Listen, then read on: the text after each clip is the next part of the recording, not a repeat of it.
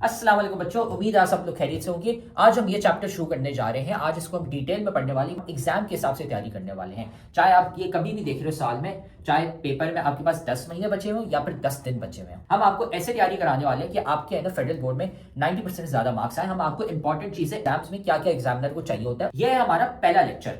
अगर आपको बाकी सारे लेक्चर्स भी चाहिए और बाकी सारे चैप्टर्स के भी और इन सारे सब्जेक्ट्स के भी, तो भाई आप जाओ हमारे कमेंट सेक्शन में, यहाँ पे डाली हुई है 4 लिंक। इसमें पूरी किताब की हमने प्लेलिस्ट डाली हुई है, इसको दबा दो, आपको है ना सारे लेक्चर्स मिल जाएंगे इस पूरे के पूरे सब्जेक्ट के। डाले हुए फ्री के नोट्स, यहाँ पे नोट्स कोई एमी नोट्स नहीं है। ये आप लिंक दबाओगे तो खुलते हैं, आपके पास हमारे 300 बच्चे जो थे जिनके 90% ज्यादा मार्क्स आए थे, उनके हमने नोट्स कंपाइल करके आपके लिए डाले हुए ताकि आप भी है ना अपने एग्जाम की तैयारी कर सको। सारे के सारे नोट्स हमने डाले हुए इन 300 बच्चों के। तो भाई ये देखो यहाँ पे पड़ा हुआ है हमारे सब्सक्राइब का बटन, इसको सब्सक्राइब कर लो, ठीक है। बेल्स भी है ना यहाँ पे दबा दो, लाइक करो वीडियो को और साथ में जाके कमेंट करो अपना वीकेस्ट चैप्टर। भाई कौन सा चैप्टर है जो तुम्हें बहुत मुश्किल लगता है, बहुत वीक लगता है, हम क्या करेंगे उसका निकालेंगे one shot lecture. One shot lecture एक लंबा सा पूरे चैप्टर का लेक्चर होगा, उसमें हम आपको एग्जाम ओरिएंटेड तैयारी कराने वाले ताकि आपके है ना पेपर में 90% मार्क्स आ सके। तो जाके कमेंट करो कौन सा चैप्टर आपको बहुत मुश्किल लगता है। फिर ये याद रखना कि भाई हमारे लेक्चर्स, हमारे नोट्स, सारे गेस्ट पेपर्स काम के होते हैं। ये 300 बच्चे हैं जिनके है ना 90% ज्यादा मार्क्स आए थे। तो सारा मटेरियल कमेंट सेक्शन में सबसे पहला कमेंट है वहां पे पड़ा हुआ है। और अगर आप भी उन बच्चों की तरह 90% ज्यादा मार्क्स लाना चाहते हैं तो आप भी है ना हमारी बैच ज्वाइन कर सकते हैं, जिसमें हम आपको A to Z सारी तैयारी कराते हैं सारे सब्जेक्ट्स की, है ना। हमारी स्पेशल बैच नंबर 1 है, तो हमें इस व्हाट्सएप नंबर पे मैसेज कर लो। ये सारी चीजें हम आपको देते हैं और एग्जाम के हिसाब से तैयारी कराते हैं। अगर आप भी है ना 90% ज्यादा मार्क्स लाना चाहते हैं, अपने माँ बाप का नाम रोशन करना चाहते हैं। तो अब हम शुरू करते हैं हमारा पहला लेक्चर इस चैप्टर का। हेलो स्टूडेंट्स, कैसे हैं आप सभी लोग। आज के वीडियो लेक्चर के अंदर हम स्टार्ट करने जा रहे हैं एटॉमिक स्ट्रक्चर। तो हमारे अंदर कुदरती शुरू से एक जस्तुजू, हमारे अंदर एक जो है ना फितरी एक जरासीम पाया जाता है। क्यों का कोई चीज़ कैसे काम कर रही है, क्यों ऐसे हो रहा है, हमें फितरत के कानून के अंदर दखल अंदाजी करने का हमें शौक है। That's why we are human. तो हम इसको स्टडी करना चाहते हैं अच्छे तरीके कहाँ से। तो हमने मैटर को देखा, एनालाइज किया, यार हमारे सराउंडिंग्स के अंदर बहुत सारी चीज़ें हैं एंड हर कोई चीज़ एक दूसरे से अलग अलग है। क्वेश्चंस आए, हमने अपने पोस्टुलेट्स दिए, हमने अपनी बातें कहीं एंड उसकी अंडरस्टैंडिंग बढ़ाते गए।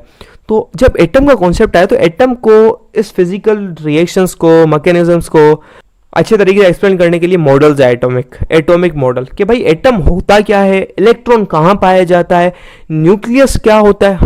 हमें कैसे पता कि न्यूक्लियस बीच के अंदर पाया जाता है। मैंने प्रीवियस लेक्चर के अंदर आपको कहा न्यूक्लियस बीच के अंदर पाया जाता है, बट कैसे पता मुझे। इतना छोटा न्यूक्लियस है। न्यूक्लियस आपको पता है कितना छोटा है। मैं आपको एक फीलिंग देता हूँ। एक एटम एक फुटबॉल ग्राउंड है, 5 किलोमीटर का रेडियस है उसका, ठीक है। 5 किलोमीटर का इतना बड़ा फुटबॉल ग्राउंड तो नहीं होता। एक एरिया ले लो 5 किलोमीटर का एंड उसके बीच में आप एक सेब रख दो, उसके बीच में आप क्या रख दो, एक सेब रख दो। तो इतना बड़ा क्या है, एक एटम है। क्या मतलब इतना छोटा एक न्यूक्लियस है। मैं आपको रिलेटिव साइज बता रहा हूँ। अगर 5 किलोमीटर का इतना बड़ा एरिया है तो इलेक्ट्रॉन यहाँ पे पाया जाएगा। न्यूक्लियस इतना छोटा सा है, एक फुटबॉल 5 किलोमीटर के पूरे रेडियस के अंदर एक सर्कल बना लो, उस एरिया के अंदर एक छोटा सा न्यूक्लियस है। तो हमें कैसे पता ये यहाँ पर है, एटॉमिक मॉडल्स, ये सारी बातें हमें एटॉमिक मॉडल्स बताती हैं। तो इस दौड़ में, इस रेस के अंदर जो पहला हिस्सा लिया वो आए हमारे पास डाल्टन साहब। डाल्टन ने अपने मॉडल पेश किया जिसको हम कहते हैं डाल्टन्स एटॉमिक थ्योरी। अब डाल्टन ने अपने कुछ पोस्टुलेट्स दिए। पहली बात, आपको पता है पोस्टुलेट क्या होता है।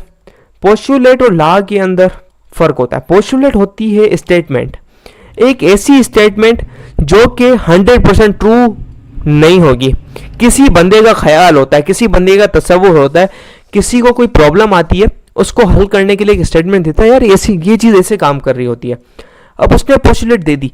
कोई केमिस्ट है, अगर उसको किसी चीज़ को स्टडी करने के लिए ये पोस्टुलेट काम आ रहा है, वो इस्तेमाल कर सकता है, वो समझ सकता है हाँ ये काम हो सकता है। कोई प्रूफ नहीं होता इसका, कोई वैलिड नहीं होता प्रूफ उस टाइम पर जब ये दिया जाता है। लेकिन बाद में 50 सालों के बाद, 40 सालों के बाद मे भी कोई इसको प्रूव कर दे उसकी बात को। It's a totally different scene. तो शुरू के अंदर पोस्टुलेट एक बंदे की बात होती है, स्टेटमेंट होती है, उसने अपनी नॉलेज के बेस पे दी हुई होती है। अगर ये आपको काम में आ रही है केमिस्ट के, वो उठा सकता है, कोई हर्ज, कोई रोक टोक नहीं है। इट्स नॉट वेरीफाइड कि भाई ये लॉ है, कोई न्यूटन का लॉ है हर जगह पे वैलिड होगा। ट्रू है भाई, न्यूटन का लॉ ट्रू है, लेकिन this postulate we don't know. अगर ये आपके काम में आ रही है चीज़ ले लो, नहीं आ रही तो भाई मैंने कौन सा आपको फोर्स किया है। डाल्टन थोड़ी बोलेगा भाई तुम इसी बात के ऊपर कायल हो जाओ, मानो इस बात को, नहीं। सो कुछ पोस्टुलेट थे, उसने कहा all elements are compose of tiny indivisible particles called atoms. Atoms का जो वर्ड आया है वो आया एटोमोस से। एटोमोस की मीनिंग क्या होती है? अनडिविजिबल। अनडिविजिबल यानी जिसको आप तोड़ नहीं सकते।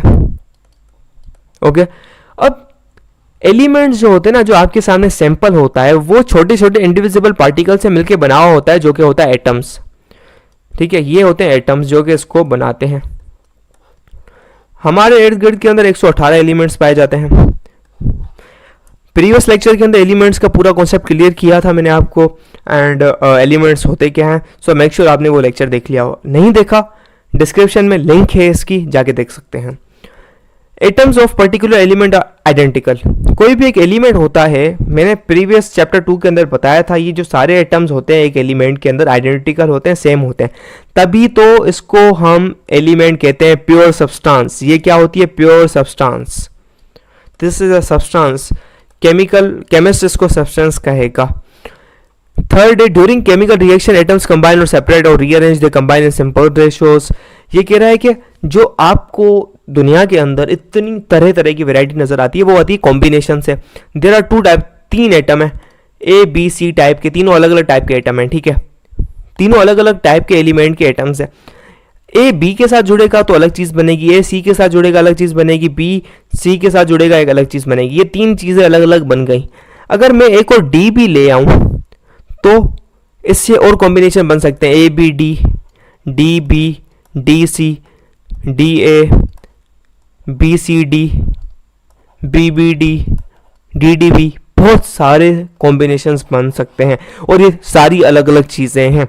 तो ऐसे बनती है हमारे पास। और ये कैसे जुड़ते हैं? सिंपल रेशियोज के अंदर, जैसे H2O पानी का फार्मूला है, कितने 2 हाइड्रोजन है 1 ऑक्सीजन है। ओके, इंटीग्रल रेशियो के अंदर ये चीज़ें जुड़ेंगी। एटम्स के neither be equated nor be destroyed. ये कह रहा है कि अगर 2 एटम्स हाइड्रोजन के H2 प्लस 1 ऑक्सीजन के साथ रिएक्ट करेगा तो यहाँ पे H2O बनेगा, H3O नहीं बनेगा। आपने यहाँ पे लिए हैं 2 एटम्स प्लस ये 1 एटम, तो यहाँ पे कितने हाइड्रोजन, ये यहाँ पे कितने हाइड्रोजन के एटम है? 2, यहाँ पे 3 आ गए। भाई ऐसा नहीं होगा, जितने यहाँ पर होंगे उतने ही वहाँ पर होंगे। Atoms neither be created nor be destroyed. खुद ब खुद कोई चीज़ नहीं बन के आएगी, वो कहीं से टपक के आएगी और उसको भी आपको काउंट करना पड़ेगा। ठीक है, Dalton was able to explain quantitative result that scientists of his time had obtained in their experiments। कुछ experiments थे कि chemical combination के laws of chemical combination के chemical combination कैसे होती है, reaction कैसे हो रहा होता है, चीज़ें कैसे combine होती हैं, उसने कुछ चीज़ें बताई। His brilliant work became the main stimulus। भाई उसने चीज़ें बताई, postulates दिए। अब लोगों ने इसके ऊपर काम करना शुरू किया, बहुत लोगों ने इसको ट्रू करने की कोशिश की, भाई ये वाकई हम एक्सपेरिमेंट ले आए। देखो इसने तो बात कर दी, अब इसका एक्सपेरिमेंट भी तो कोई ना कोई निकालेगा, तो लोग लग गए भाई हम निकाल लें, नोबेल प्राइज़ मिल जाए हमें, ये वो। तो इसकी जो बात थी ना, इसने लोगों के अंदर उकसा दिया, केमिस्ट्री का जोश भर दिया कि भाई एटम के बारे में भी हमें जानना चाहिए, जानना ज़रूरी है। तो 1850 के दौर के अंदर ये बड़ी भाग दौड़ शुरू हो गई उस टाइम के अंदर। एंड देन हमने एटम को स्टडी करना शुरू किया, हमें इलेक्ट्रॉन्स का पता चला, प्रोटॉन्स का पता चला in the end of 18th century. ठीक है, देन इसने जो पहला पोस्टुलेट दिया था एटम इज इंडिविजिबल, बाद में हमें पता चला भाई 1890s के अंदर कि एटम भी किसी छोटे छोटे टुकड़ों से मिलकर बना होता है, फंडामेंटल पार्टिकल से मिलकर बना होता है, एलिमेंट्री पार्टिकल जो कि इलेक्ट्रॉन्स प्रोटॉन्स होते हैं। 1932 के अंदर पता चला न्यूट्रॉन भी होता है। तो बाद में पता चला भाई एटम फंडामेंटल है तो सही, लेकिन ये भी किसी ना किसी से मिलकर बना हुआ होता है। इसके बाद दूसरे मॉडल आते गए जिसने हमारी अंडरस्टैंडिंग अच्छी करते गए। 1911 के अंदर एक बहुत ज़्यादा इंपॉर्टेंट मॉडल आया, रदरफोर्ड एटॉमिक मॉडल। उसके एक्सपेरिमेंट के अंदर हमें बहुत सारी चीज़ों का पता चला एंड न्यूक्लियस का पता चला। So in the next video lecture हम इसको स्टडी करेंगे, अंडरस्टैंड करेंगे। सो आई होप आप लोगों को कॉन्सेप्ट समझ आ गया होगा। हेलो स्टूडेंट्स, कैसे हैं आप सभी लोग। आज के लेक्चर के अंदर हम पढ़ेंगे रदरफोर्ड के एक्सपेरिमेंट को। तो मेरा नाम है करतार कुमार और आप ये अपना वीडियो लेक्चर देख रहे हैं अपने प्यारे से चैनल फीडरर का मंजन पर। तो रदरफोर्ड भैया ने एक एक्सपेरिमेंट किया वीआईपी वाला, उसको समझाता हूँ कि उसने किया क्या भाई, सेटअप कैसे बनाया। रदरफोर्ड भैया ने काम किया एक गोल्ड की फाइल ली। आपने अपने घर के अंदर एल्यूमिनियम की फाइल ली होगी, बहुत पतली होती है। रदरफोर्ड भैया ने 0.404 सेंटीमीटर थिक गोल्ड फाइल ली। इसको याद करने का छोटा तरीका ये बताओ, कितने जीरो लगाने, बच्चा भूल जाता है। जितनी वैल्यू है उतने जीरो लगा दो पॉइंट के बाद। 0.404 सेंटीमीटर थिक। सो इतनी थिक लेयर ली, बहुत बारीक सी लेयर है। उसने डिज़ाइन मारी इधर यहाँ पर एक ऐसी। सो इसने ये ली। अब इसने किया क्या, एक बॉक्स लिया, एक लीड का बॉक्स लिया लेड का, उसके अंदर एक एलिमेंट रख दिया पोलोनियम। अब ये जो पोलोनियम है एक ऐसा एलिमेंट है जो कि पॉजिटिव चार्जेस को क्या करता है, निकालता है, रिलीज करता है, बम्बार्डमेंट करता है। जिसकी वो चार्जेस क्या होते हैं, डबल पॉजिटिव चार्ज वाले होते हैं, He2+। ठीक है, ये क्या होता है, ये हीलियम के न्यूक्लियस को फेंकता है, जिसको कहते हैं हम अल्फा पार्टिकल। अल्फा पार्टिकल क्या होता है, हीलियम का न्यूक्लियस होता है, हीलियम का न्यूक्लियस होता है। ठीक है, और उसके ऊपर 2 पॉजिटिव चार्ज होती है। अब ये पोलोनियम ये निकालता रहता है, देता रहता है। और इस लीड बॉक्स के अंदर हमने एक छोटा सा छेद किया होता है जहाँ से ये चीज़ निकल रही होती है। यहाँ से ये गोल्ड की फाइल है, ये बहुत तेज़ी से पार्टिकल निकलता है। हमने क्या किया भाई, अगर आप किसी भी थैली में से ना एक थैली ले लो और ज़ोर से स्पीड से क्या मारो, एक निडल फेंको। निडल क्या करेगी, छेद करके बाहर निकल जाएगी। यही काम हमारे पास अल्फा पार्टिकल करेगा। हमने क्या किया, एक चारों तरफ एक स्क्रीन लगा दी। यहाँ पे एक हमने चारों तरफ एक स्क्रीन लगा ली, फोटो सेंसिटिव स्क्रीन है ये। कौन सी स्क्रीन है, फोटो सेंसिटिव। ये क्या करेगी, कोई भी चीज़ आके इसके साथ टकराएगी ना, क्या है, उसके ऊपर धब्बे पड़ जाएंगे, डॉट डॉट डॉट। कोई पार्टिकल आके टकराया, आपने इसके ऊपर एक ब्लोर मार दिया तो क्या करेगा, ये पार्टिकल का निशान आ जाएगा। एक्सरे टाइप की फिल्म है, ठीक है, ये समझिए आप, फोटो सेंसिटिव फिल्म है। जब यहाँ से एक अल्फा पार्टिकल निकलेगा, ये क्या होगा, इसको चीरते हुए इसमें से बाहर निकल के सामने आके स्क्रीन पे आके इसे छेद कर देगा। हमने भाई मिलियंस ऑफ, ठीक है, हमने 2 लाख 3 लाख पार्टिकल निकाले होंगे इसमें से।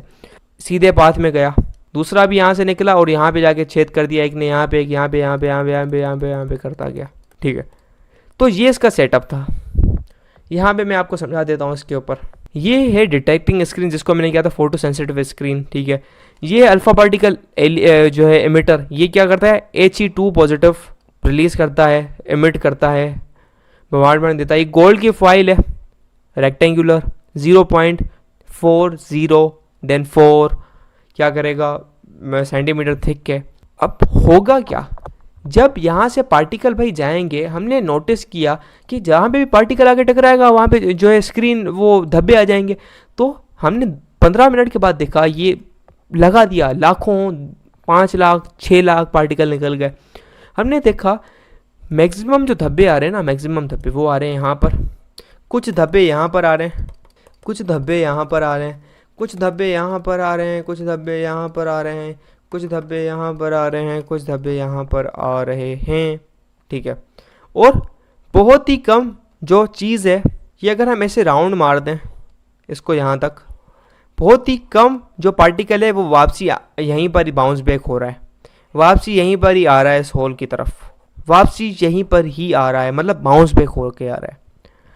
तो हमने देखा यार डिफ्लेक्शन कैसे आ रही है। डिफ्लेक्शन यानी पाथ का भटक जाना, पाथ का चेंज हो जाना। ये सीधा पाथ ऐसे टर्न्ड पाथ में कैसे कन्वर्ट हो गया। यही एक्सपेरिमेंट था रदरफोर्ड का, इसको कहते हैं रदरफोर्ड गोल्ड फॉइल एक्सपेरिमेंट। क्यों? क्योंकि वो गोल्ड की फॉइल इस्तेमाल करता है। तो भाई यही थी हमारी बात। तो कितने पार्टिकल भाई, कितने पार्टिकल वेरिएशन के अंदर आए भाई। ये थीटा के, ये क्या है, ये पार्टिकल यहाँ से डिफ्लेक्ट हो गया, थीटा एंगल डिफ्लेक्ट हुआ, ये पार्टिकल पीछे की तरफ आ गया, यानी 180 डिग्री डिफ्लेक्शन हो गया इस पार्टिकल का। ठीक है मेरे भाई। तो ये पार्टिकल 8000 में से, क्या 8000 में से 1 पार्टिकल, 1 in 8000 पार्टिकल डिफ्लेक्ट हुए ऐसे एंगल पे, 60 डिग्री पे, इतने एंगल पे, अच्छे खासे एंगल पे। 1 in 20,000 अराउंड ये नंबर लिया जाता है। ये बाउंस बैक हुए, ये क्या हुए, बाउंस बैक हुए, ये नंबर दिया हुआ है भाई। ये वापसी लौट कर आए। कहीं पे ये कहा हुआ है कि 20,000 में से एक तकरीबन 170 डिग्री पे गया, 120 160 डिग्री पे जो है रिफ्लेक्शन पे गया, डिफ्लेक्शन पे गया। एंड कोई किताबें कहती हैं, लिबरी टेक्स्ट कहता है कि भाई 20,000 में से एक पार्टिकल जाएगा और वापसी आ जाएगा। बाकी तकरीबन 99.9999% जो पार्टिकल है वो सीधे जाएंगे, वो डिफ्लेक्शन शो नहीं करेंगे। तो यही बात थी। Rutherford bombarded a very thin gold file about 0.00004 centimeter thickness with the alpha particle. He used alpha particle obtained from the disintegration of polonium. Disintegration ये टूटना, वो आपका काम नहीं है। मतलब पोलोनियम दे रहा है, पोलोनियम में से ही निकल रही हैं चीज़ें।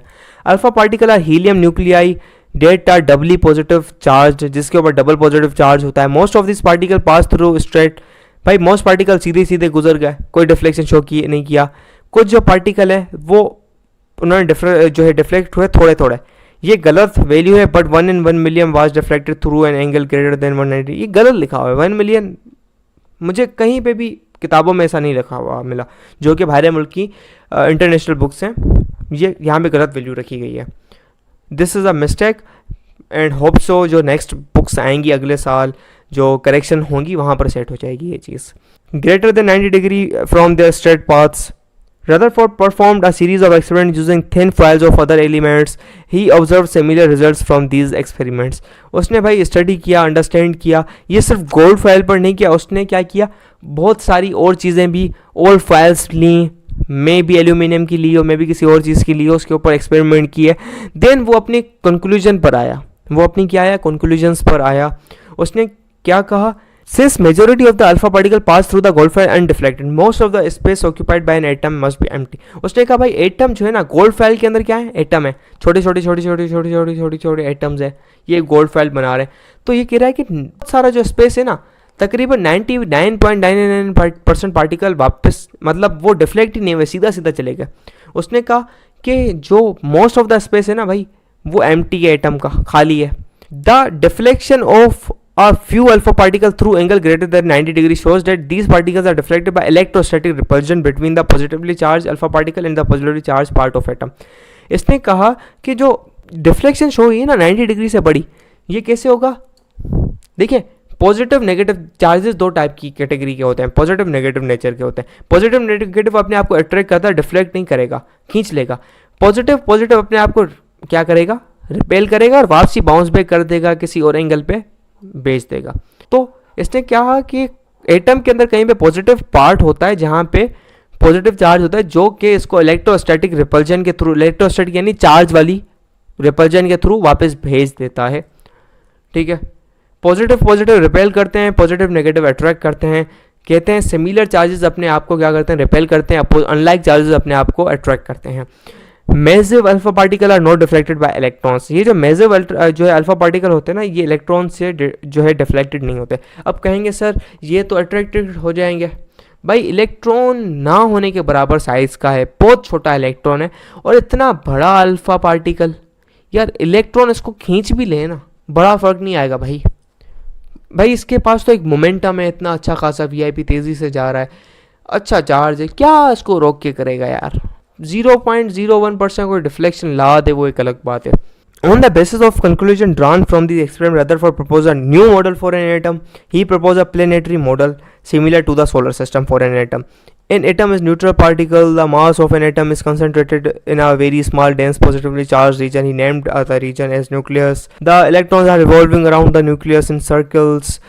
These circles are called orbits. The centrifugal force due to the revolution of electrons balances the electrostatic force of attraction between the nucleus and the electrons. इस समझाता हूँ क्या कहता है भाई। इसने इस बात से ये क्या कि जैसे हमारी जो अर्थ है ना, अर्थ गैलीलियो ने बताया था कि ये सन है और ये अर्थ और दूसरे प्लैनेट्स इसके अराउंड घूम रहे होते हैं। इसी तरीके कार से जो एटम है ना, एटम, इलेक्ट्रॉन क्या है, इलेक्ट्रॉन एटम के बीच में एक पॉजिटिवली एक बहुत बड़ा हेवी चार्ज जो है छोटा सा पार्ट पाया जाता है जिसको कहते हैं न्यूक्लियस, और उसका जो मैस होता है वो बहुत ज़्यादा होता है, ठीक है। एटम का मास पूरा उसके अंदर कंसंट्रेटेड होता है, इलेक्ट्रॉन्स बहुत ना होने के बराबर मैस होता है उनका। ये चक्कर काट रहे होते हैं अराउंड द न्यूक्लियस, ठीक है, अराउंड द न्यूक्लियस चक्कर काट रहे होते हैं। Most of the space empty होता है। ये क्यों चक्कर काट रहे होते हैं भाई, ये जो पॉजिटिव है, ये जो पॉजिटिव चार्ज है, इस नेगेटिव चार्ज को अपनी तरफ क्या अट्रैक्ट करेगा, किस फोर्स से, फोर्स ऑफ इलेक्ट्रोस्टैटिक फोर्स है, क्या करेगा, ये जो इलेक्ट्रोस्टैटिक फोर्स है ये इसको खींच नहीं रही, क्या करवा रही है, इसको सर्कल के अंदर रोटेट करवा रही है। मतलब ये जो इलेक्ट्रोस्टैटिक फोर्स है ये इस्तेमाल हो रही है, ये इस्तेमाल हो रही है इस पार्टिकल को सर्कल के अंदर घुमाने के अंदर। मतलब ये जो एफ ई है ये बराबर है सेंट्रीपिटल फोर्स के। सेंट्रीपिटल वो फोर्स होती है जो किसी बॉडी को सर्कल के अंदर घुमाने के लिए काम में आती है, ठीक है। जैसे अर्थ है, अर्थ किसके घूम रही है, अराउंड आपके पास सन के, वो क्या आपके पास जो ग्रेविटी है ना एफ जी, वो जो ग्रेविटी है आपकी फोर्स ऑफ ग्रेविटी है वही फोर्स ऑफ सेंट्रीपिटल फोर्स के बराबर है जो उसको घुमा रही है। इस केस के अंदर यही वो पॉजिटिव नेगेटिव के बिटवीन अट्रैक्शन है जो कि इसको घुमा रहा है। अगर ये अट्रैक्शन नहीं होता ये घूम रहे नहीं होते। इसने यही छोटी सी बात कर दी, छोटी नहीं थी उस टाइम के लिए, बहुत बड़ी बात थी। एटम का जो मैस होता है वो कंसंट्रेटेड होता है एक छोटी सी जगह के अंदर, वो होता है न्यूक्लियस।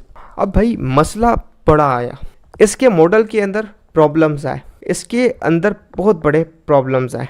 पुराने दौर के अंदर जो 1870s 1860s का जो टाइम था वहाँ पर हमारे पास मैक्सवेल की इलेक्ट्रो जो है हमारे पास चार्जेस की इलेक्ट्रोमैग्नेटिज्म की थ्योरीज थी मैक्सवेल की थ्योरी के मुताबिक कभी भी कोई चार्ज पार्टिकल एक्सेलरेशन के अंदर होता है, जब कोई भी चार्ज पार्टिकल एक्सेलरेशन के अंदर होता है तो वो क्या करता है, वो एनर्जी को डिसिपेट करता है, वो एनर्जी भाई खारिज करता है। कोई भी एक चीज़ घूम रही होती है ना स्पीड से जो होती है वो एक्सीलरेशन के अंदर होती है, वो एनर्जी को बाहर निकालती है, ये एक्सीलरेशन है।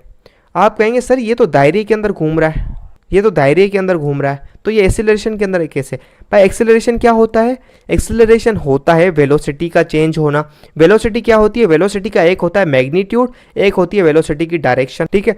यहाँ पर मैग्नीट्यूड जो है आपके पास मोशन का कांस्टेंट है, सेम है हर जगह पे, लेकिन हर पॉइंट पे जो इलेक्ट्रॉन की जो डायरेक्शन है वो अलग है। यहाँ पे डायरेक्शन वेलोसिटी की यहाँ पर है, टेंजेंट है, यहाँ पे जब पहुँचेगा वो डायरेक्शन ऐसे हो जाएगी, यहाँ पे पहुँचेगा डायरेक्शन ऐसे हो जाएगी। तो यहाँ से डायरेक्शन यहाँ पे डायरेक्शन पहुँच गई, मतलब ये डायरेक्शन के अंदर बहुत बड़े थीटा का फ़र्क है, अराउंड ग्रेटर देन 90 डिग्री फ़र्क है। मतलब हर पॉइंट पे इसकी जो डायरेक्शन हो रही होती है वो चेंज है। मतलब ये जो पार्टिकल है एक्सीलरेशन के अंदर है, जब भी कोई चीज़ एक्सीलरेशन के अंदर होती है हमने एज्यूम किया, हमने क्या किया उस टाइम पे एज्यूम किया कि हर कोई चीज़ जो चीज़ एक्सीलरेशन के अंदर होती है वो क्या करती है, एनर्जी को डिसिपेट की है। ये चीज़ मैक्सवेल के लॉज को ओबे नहीं कर रही थी। प्रॉब्लम कहाँ आई, प्रॉब्लम यहाँ आई कि भाई मैक्सवेल ने थोड़ी कहा कि हर चीज़ जो एक्सीलरेट करे वो एनर्जी डिसिपेट करेगी। स्टूडेंट्स 99.99%, ये कुछ ज़्यादा हो रहा है, ठीक है, लेट मी डू दिस, 99.1% जो टीचर्स हैं वो ये कहते हैं कि ये चीज़ मैक्सवेल ने कहा था, जो एक्सीलरेटेड चार्ज बॉडी होती है वो एनर्जी डिसिपेट करती है, और ये जो है मैक्सवेल की थ्योरी को नहीं मानता। तो इसने मैक्सवेल की थ्योरी को नहीं मान रहा, इसलिए गलत है, इसके अंदर प्रॉब्लम है, इसके अंदर इशू है। लेकिन ऐसी बात नहीं है, ये पूरा रॉन्ग कॉन्सेप्ट है। क्यों रॉन्ग कॉन्सेप्ट है अभी समझाता हूँ। अगर आप मैक्सवेल के ओरिजिनल डॉक्यूमेंट्स जाके पढ़ें, अगर आपके पास अवेलेबल हैं, या आप इंटरनेशनल बुक्स पढ़ें, जैसे आपके पास राफ एच पेट्रोसी की बुक हो गई एंड जनरल केमिस्ट्री प्रिंसिपल हो गई, ओके, आप उसके अंदर, या आप फिज़िक्स की जो भी बुक है रेस्निक हॉलीडे हो गई, या यूनिवर्सिटी फ़िज़िक्स जो कि पूरे यूरोप के अंदर चलती है एंड दूसरे नेशंस के अंदर चलती है, वहाँ पे मैक्सवेल की बात इसे लिखी गई है। मैक्सवेल ने कहा है एक्सीलरेटेड बॉडी वो चीज़, एक्सीलरेटेड चार्ज्ड बॉडी, भाई कोई भी चार्ज्ड बॉडी, सॉरी मैंने प्रीवियसली आपको समझाते वक्त सिर्फ बॉडी कह दिया हो, वो गलत है। बॉडी एक्सीलरेशन में हो वो एनर्जी रिलीज नहीं करता। जब कोई भी चार्ज्ड बॉडी, इलेक्ट्रॉन क्या है, चार्ज है, उसके ऊपर नेगेटिव चार्ज है, कोई भी चार्ज बॉडी एक्सीलरेशन के अंदर तो वह एनर्जी डिसिपेट करना चाहिए उसको, ये लोग कहते हैं। मैक्सवेल ने कहा जब चार्ज बॉडी एक्सेलरेट होती है वो एनर्जी डिसिपेट करती है। मैक्सवेल ने ये नहीं कहा कि हर चार्ज बॉडी जो एक्सेलरेशन के अंदर हो वो एनर्जी डिसिपेट करेगी, कहीं पे लिखा हुआ है ये। इसने कहा है कि जो भी चार्ज बॉडी हो वो जो है मोशन के अंदर, वो एक्सेलरेशन के अंदर वो रिलीज करे। उसने कहा भाई वो बोल रहा है जब चार्ज बॉडी एक्सेलरेशन में आती है वो एनर्जी डिसिपेट करती है। इसने ये नहीं कहा हर चार्ज बॉडी करेगी। उसने ये भी नहीं कहा कि भाई, उसने ये नहीं बताया कि कितनी एक्सेलरेशन ज़रूरी है कि एनर्जी डिसिपेट हो। भाई कोई कह दे इस ये बॉडी 0.00000001 मीटर पर सेकेंड स्क्वायर की जो है एक्सीलरेशन के अंदर है। मीटर नहीं, मीटर भी नहीं, लगा लो भाई, इधर लगा लो, सिंपल एक मारो 1 × 10 की पावर -28 नैनोमीटर पर सेकेंड स्क्वायर की एक्सीलरेशन के अंदर है, ये एनर्जी डिसिपेट करेगा। इतनी छोटी भाई बॉडी हिल भी नहीं रही होगी, वाइब्रेट तक नहीं मार रही होगी, इतनी कम तो है। तो ये भी अगर देखा जाए टेक्निकली एक्सेलरेशन के अंदर, तो मैक्सवेल ने ये डिटेल्स नहीं दी। मैक्सवेल ने एक जनरल बात कर दी, भाई एक्सेलरेशन के अंदर कोई बॉडी होती है ना, चार्ज बॉडी, वो रिलीज करती है एनर्जी को। अब उसने ये नहीं बताया कितनी एक्सेलरेशन के अंदर होनी चाहिए, उस बॉडी का कितना चार्ज होना चाहिए, किस टाइप की एक्सेलरेशन की हो। भाई उसने ये कहा कि उसने ये बताया कि भाई तमाम टाइप की एक्सेलरेशन के अंदर एनर्जी होती है, मतलब रिलीज होती है। भाई कितने टाइप की एक्सेलरेशन होती है, सेंट्रीपिटल एक्सेलरेशन होती है, भाई आपके पास जो है नॉर्मल वाली लीनियर एक्सेलरेशन होती है, डिफरेंट टाइप्स की एक्सेलरेशन होती है। इसने तो बस एक जनरल बात कही एंड हम इस बात को गलत एज्यूम करके चल रहे हैं। This is a problem. Classical physics suggests that electron being charged particle will emit energy continuously while revolving around the nucleus. Thus the orbit of the revolving electron becomes smaller and smaller. अब देखो भाई energy dissipate भी कर दी ना इसने, अगर हम assume मारें ये करेगा, अगर हम कहें कि ये एनर्जी डिसिपेट करे तो एनर्जी कम होती जाएगी, तो उसका जो पाथ है वो कम होता जाएगा एंड इन द एंड आखिरकार ये न्यूक्लियस के अंदर समा जाएगा और एटम रहेगा भी नहीं, एटम होगा भी नहीं। लेकिन आप हमारी ज़िंदगी के अंदर आपने सामने देख रहे हैं, आप लैपटॉप देख रहे हैं, मोबाइल चला रहे हैं, वो तो एग्जिस्ट कर रहा है और इसको होने में 10⁻⁹ सेकेंड से भी कम टाइम लगेगा इस काम को होने के अंदर। एंड आई थिंक सो अब -11 है शायद से, मुझे कंफर्म नहीं है। तो 10⁻⁹ सेकेंड से भी कम वक्त के अंदर वो एटम ख़त्म हो जाएगा, लेकिन हमारे यहाँ पर है तो ये बात गलत है। ये कैलकुलेशन हमने निकाली थी कितना टाइम लगेगा एटम को ख़त्म होने में अगर वो एनर्जी लूज़ करता है।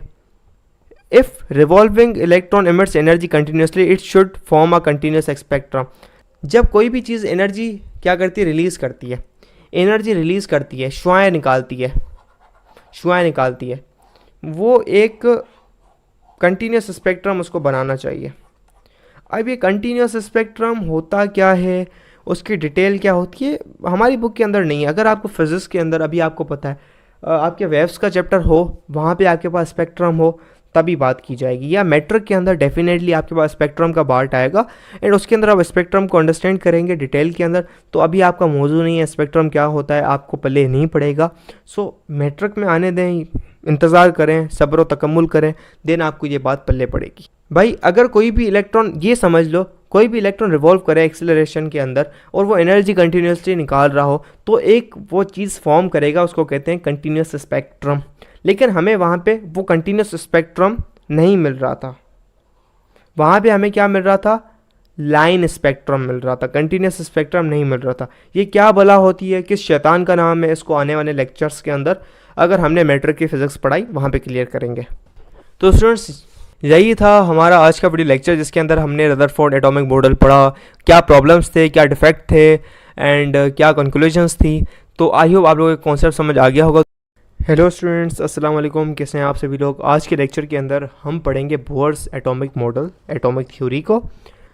1911 के अंदर रदरफोर्ड का एटॉमिक मॉडल आया, उसके अंदर कुछ प्रॉब्लम्स थे, वीआईपी वाले प्रॉब्लम क्या थे, डिफेक्ट्स क्या थे। उसने इस मोशन को, इलेक्ट्रॉन्स की मोशन को as a planetary motion consider किया, ठीक है।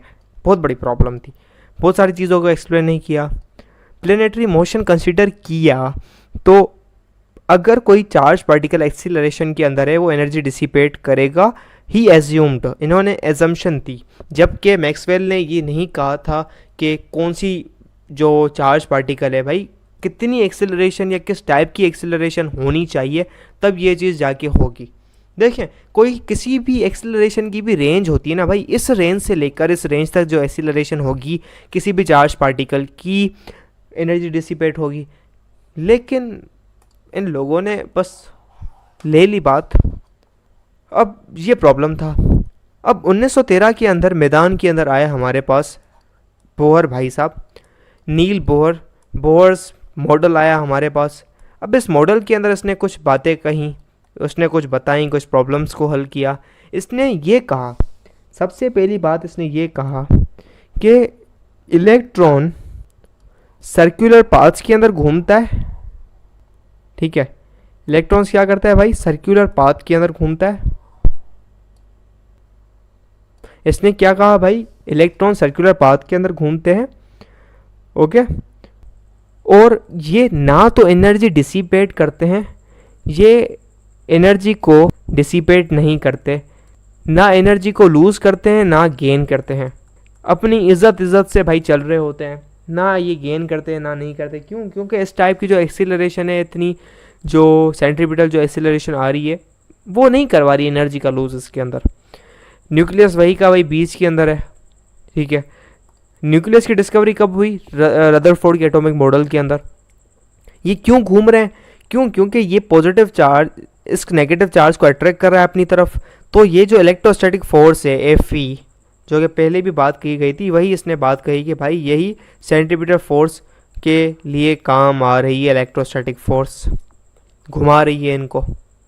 ठीक है भाई, इलेक्ट्रॉन एटम के अराउंड, सॉरी न्यूक्लियस के अराउंड सर्कुलर ऑर्बिट के अंदर घूमते हैं। अब ये जो सर्कुलर पाथ होते ना, ये जो इलेक्ट्रॉन अभी घूम रहा है इसके पास कुछ ना कुछ एनर्जी है, कुछ ना कुछ एनर्जी है। यही एनर्जी इस पाथ की है। ये जिस रास्ते के अंदर, शेल के अंदर भाई रास्ता है, गोल रास्ता है जिसके अंदर घूम रहा है। ठीक है, इसकी यही एनर्जी है। मतलब एक एटम है, ये आपके पास न्यूक्लियस है, इस न्यूक्लियस के अराउंड बहुत सारे क्या होते हैं, पाथ होते हैं, बहुत सारे ऐसे गोल गोल रास्ते होते हैं जिसके गिर्द एक आपके पास इलेक्ट्रॉन घूम रहा होता है। तो इन हर पाथ की एक अलग अलग एनर्जी होती है। इसकी एनर्जी अगर 1 से, इसकी एनर्जी 4x होगी, अगले वाले की 9x होगी मे बी। ठीक है, अब इसकी वजह से इन ऑर्बिट्स को, इन सर्कुलर पाथ्स को, शेल्स को हम एनर्जी लेवल्स भी कहते हैं। क्यों? इनका कुछ ना कुछ एक एनर्जी का लेवल है। वही लेवल एनर्जी का, वही एनर्जी उस इलेक्ट्रॉन के पास है जो कि इसके अंदर घूम रहा है। बोर भाई साहब ने ये कहा, ये इज़्ज़त से प्यार से घूम रहे होते हैं, ना एनर्जी लूज़ करते हैं ना गेन करते हैं, प्यारे हैं बहुत सारे। ये the energy of the electron in orbit is proportional to its distance from the nucleus. The farther the electron is from the nucleus the more energy it has. ये कहता है कि भाई अगर एक इलेक्ट्रॉन यहाँ पर है, इस जगह पर इलेक्ट्रॉन है, अगर एक इस जगह पे जो इलेक्ट्रॉन है इसकी जो एनर्जी है E है, और एक इलेक्ट्रॉन यहाँ पर है इसकी जो एनर्जी है, दूसरे पॉइंट पे पोस्टुलेट में ये कहते हैं कि भाई जो जितना इलेक्ट्रॉन न्यूक्लियस से दूर होगा उसकी एनर्जी ज़्यादा होगी। मतलब जो सेकंड एनर्जी लेवल के अंदर इलेक्ट्रॉन होगा उसकी एनर्जी ज़्यादा होगी, 4x होगी, पहले वाले की x होगी। जितना न्यूक्लियस से उसका डिस्टेंस दूर होता जाएगा उसकी एनर्जी उतनी बढ़ती जाएगी, उसके पास उतनी ज़्यादा एनर्जी होगी जो कि इतनी बड़ा चक्कर घुमाएगा और वो वहाँ पे उस इतने बड़े एनर्जी लेवल में बैठा होगा, उसको बर्दाश्त करके बैठा होगा। The electron revolves only in, भाई तीसरा पॉइंट क्या कहता है, सिंपल समझो। तीसरा पॉइंट ये कहता है कि ये है न्यूक्लियस। अब इलेक्ट्रॉन है ना, कहीं भी नहीं घूम सकता। इलेक्ट्रॉन की मर्जी करे भाई यहाँ से ऐसे घूमना शुरू हो जाए, या बाद में इलेक्ट्रॉन की मर्जी करे भाई इलेक्ट्रॉन क्या करे, ऐसे घूमना शुरू हो जाए। बाद में इलेक्ट्रॉन की मर्जी करे ऐसे घूमना शुरू हो जाए, या इलेक्ट्रॉन का दिल करे भाई अभी मैं यहाँ से ऐसे ऐसे घूमूंगा, ऐसे इस तरीके कार से। नहीं, ऐसा नहीं होगा। इलेक्ट्रॉन की जहाँ पे मर्जी करेगी वहाँ पे नहीं घूम सकता। ये जो एनर्जी लेवल है, ये जो पाथ है, ये फिक्स्ड है। ये क्या है, फिक्स्ड है हमारे पास। इलेक्ट्रॉन का जहाँ पे दिल करेगा वहाँ नहीं घूम सकता। ये जो पाथ है, ये जो सर्कुलर ऑर्बिट्स हैं, फिक्स हैं। इनकी कुछ ना कुछ डिस्टेंस होता है, कुछ ना कुछ दूरी होती है, कुछ ना कुछ एनर्जी होती है, वहीं पर ही घूम सकता है। देखें, आपकी जहाँ मर्जी होगी आप वहाँ पे नहीं बैठे। एक क्लास है, एक क्लास के अंदर जो बच्चे हैं ना, यहाँ पे एक सीट है, 2 सीट, 3 सीट, 4 सीट, और ये 5 सीट, ये 6 सीट। अब ये दूरी है, ये अब एक बच्चा जिसके 90+ मार्क्स हैं भाई, वो यहाँ पे बैठ सकता है आगे वाली सीट पे, क्योंकि न्यूक्लियस तो यहाँ पर है ना, न्यूक्लियस के करीब, इसके 90 आगे बैठ सकता है। ये जो सीटें हैं ये 90 वालों के लिए है। अब ये वाला जो है, ये वाला क्या है, ये 85 जिसके मार्क्स होंगे यहाँ पे वो बैठ सकता है, यहाँ पे जिसके 85 होंगे, जहाँ पे 85 से जिसके कम होंगे वो वहाँ पे बैठ सकता है, जिसके 50 से कम होंगे वो पीछे जाके बैठेगा। तो जिसके 85 मार्क्स आएंगे वही यहाँ पे बैठ सकेगा। ये क्या फिक्स है, ये चीज़ हो गई क्वांटाइज्ड है। आपकी सीढ़ी है, आपके घर के अंदर सीढ़ी है, ऐसे होती है सीढ़ी ना। आप किसी को बता रहे हो आप कौन से ढाके पर हो, आप कौन से स्टेप पर हो। ये जो है आपका स्टेप नंबर 1 है, ये स्टेप 2 है, स्टेप 3 है। आप किसी को कह सकते हो मैं 1.5 स्टेप पर हूँ? नहीं, आप या तो एक पहले स्टेप पर होंगे या दूसरे के अंदर होंगे, बताएंगे उसको भाई मैं दूसरे स्टेप पर हूँ या पहले स्टेप पर हूँ, जहाँ पे आपका पाँव होगा कम से कम। ये तो नहीं कह सकते ना 1.5 स्टेप कभी नहीं। ये इस चीज़ को कहते हैं क्वांटाइज्ड होना। क्वांटाइज्ड यानी यही पोजीशंस अवेलेबल हैं। क्वांटाइजेशन क्या है, यही पॉसिबल वैल्यूज़ अवेलेबल हैं जिसके अंदर घूम सकता है। या तो इतने इस 4D डिस्टेंस पे घूम सकता है, या इस 2D डिस्टेंस पे घूम सकता है, या 8D डिस्टेंस पे घूम सकता है। जहाँ पे दिल करे 5D 6D 7D पे नहीं घूम सकता इलेक्ट्रॉन। इसको कहते हैं हम quantization of orbitals, shells, energy levels. ये बात कही उसने, किसने, आपके बोहर भैया ने। कैसे कही बोहर भैया ने, एक इक्वेशन थी आपके पास, उस इक्वेशन को मद्देनज़र रखते हुए एक इक्वेशन थी। अब वो इक्वेशन क्या थी भाई, ये एक इक्वेशन थी यहाँ पर जो आ रही थी, इसके अंदर से इसने कहा कि एनर्जी जो होती है ना, एनर्जी भाई, इलेक्ट्रॉन कहाँ पर घूम सकता है ये बात बता दूँ। इलेक्ट्रॉन उस शेल के अंदर घूम सकता है जहाँ पे इलेक्ट्रॉन की एनर्जी बराबर हो जाए उस शेल की एनर्जी के। जहाँ पे ये कंडीशन ट्रू होगी वहीं पर ही इलेक्ट्रॉन घूम सकता है। बच्चा बोलेगा सर शेल की एनर्जी तो फिक्स से कम ज़्यादा नहीं हो सकती, लेकिन इलेक्ट्रॉन की एनर्जी तो कम ज़्यादा हो सकती है सर अगर इलेक्ट्रॉन की एनर्जी तकरीबन इसकी है 2 एनर्जी, मैं यूनिट नहीं लगा रहा, इसकी ये 5 एनर्जी, अगर सर इलेक्ट्रॉन की 2 एनर्जी है वो यहाँ पे आ जाएगा सर, अगर यहाँ पे 5 एनर्जी है तो वो यहाँ पे आ जाएगा सर। अगर हम इलेक्ट्रॉन को 3 एनर्जी दे दें वो क्या करेगा सर? बेटा आपको लगेगा वो सर यहाँ पे घूमना शुरू हो जाएगा। मैंने कहा वो जहाँ पे मर्जी होगी वहाँ पे नहीं घूम सकता, जहाँ पे जो अवेलेबल वैल्यूज़ है वही रह सकता है। क्या करेगा? अब ये 3 एनर्जी है ना, ये 3 एनर्जी में से ये एक एनर्जी लूज़ कर देगा, अपनी एक एनर्जी ज़ाया कर देगा, डिसिपेट कर देगा, खारिज कर देगा। इसकी -1 करने के बाद 2 एनर्जी हो जाएगी। अब इसकी जो 2 एनर्जी होगी अब वो इसके अंदर सुकून से घूम सकता है। क्वांटाइजेशन का जो प्रिंसिपल है वो वैलिड रहा। तो यही बता रही है ये जो n है ना, n की वैल्यूज़ ही कुछ अवेलेबल है। जब n की वैल्यू 1 होगी तो इसकी कुछ आंसर होगा, 2 होगी इसका कुछ आंसर होगा, 3 होगी, तो क्वांटाइज्ड है। n की वैल्यू किस शेल के लिए है? ठीक है, n कहते हैं हम शेल के लिए भाई। ये पहला एनर्जी लेवल, दूसरा एनर्जी लेवल, तीसरा एनर्जी लेवल, ये n क्या है? एनर्जी लेवल को बता रहा है, पहला एनर्जी लेवल, दूसरा, तीसरा एंड सो ऑन। तो ये ड्राइव नहीं की थी, बोहर ने ड्राइव नहीं की थी, ये किसी और की इक्वेशन थी। ठीक है, किसकी थी? राइडबर्ग की ये इक्वेशन थी, उसको इसने रिड्यूस किया था थोड़ा उसके ऊपर। ये इसके पास इक्वेशन आ गई थी, उसने जुगाड़ मार के राइडबर्ग ने कहीं ना कहीं से निकाल डाली। उसको पता नहीं, उसने बस तुक्कों में मार दी और ये चीज़ काम भी कर रही थी। अब इससे डिडक्शन की बोहर ने डिडक्शन के बाद क्या किया, उसको डिडक्शन करके भाई थोड़ा बता दिया ये चीज़ फैक्टर्स हैं, ऐसे ऐसे काम कर रहे हैं ये वो। लेकिन बोहर ने भी प्योर डेरिवेशन नहीं की ऊपर से। तो बोहर भाई साहब ने क्वांटाइजेशन की बात कह दी। बोहर भाई साहब ने क्या की, क्वांटाइजेशन की बात कही। भाई वो कहाँ पर होगा भाई, कौन से शेल के अंदर घूमेगा, जहाँ पे एक इलेक्ट्रॉन का MVR एंगुलर मोमेंटम बराबर होगा किसके, इंटीग्रल मल्टीपल ऑफ NH/2π। ठीक है, इसने ये बात की। अब मैंने आपको कॉन्सेप्ट दिया एनर्जी के हिसाब से। आने वाले दौर के अंदर ना आपको पल्ले पड़ेगा, मैं बात क्या कहना चाह रहा हूँ। अभी आपको इतनी नॉलेज नहीं है कि आप अंडरस्टैंड कर सकें एनर्जी, ये वो धूल छाई फलाना ढिंगाना, क्वांटम मैकेनिकल मॉडल्स। क्यों, अब रियलिटी में कभी आपने देखा है, जो हम कहते हैं भाई इलेक्ट्रॉन जो होता है ना, इलेक्ट्रॉन यहीं पर ही घूम रहा होता है, जहाँ पर है उसके चक्कर में घूम रहा होता है। मैंने क्या एग्जाम्पल दी आपको, क्लास वाली एग्जाम्पल की। क्लास क्या है, क्लास के अंदर सीटें लगी हुई हैं, क्लास के अंदर सीटें लगी हुई हैं। ये सीट 1 2 3 3। अब यहाँ पे 90 वाले बच्चे बैठे हैं, 85 वाले, यहाँ पे जो हैं बच्चे जो हैं 85 से कम है मार्क्स वाले। अब कभी कभी ऐसा होता है दोस्ती यारी में, एक बच्चा बोलता है यार आज मैं आगे बैठता हूँ, तू पीछे आ जा, मुझे आगे आने दे। कभी बच्चा उठ के आगे बैठ जाता है कहीं पे थोड़ी देर के लिए। यही काम इलेक्ट्रॉन भी करते हैं भाई, दूसरे शेल से पहले शेल के अंदर भी आ रहे होते हैं, चौथे शेल से पहले शेल के अंदर भी आ रहे होते हैं। हकीकत में जो क्वांटम मैकेनिक्स हमें बताती है, चौथे शेल का इलेक्ट्रॉन की जो प्रोबेबिलिटी पाई जाने की होती है वो पहले शेल के अंदर भी होती है।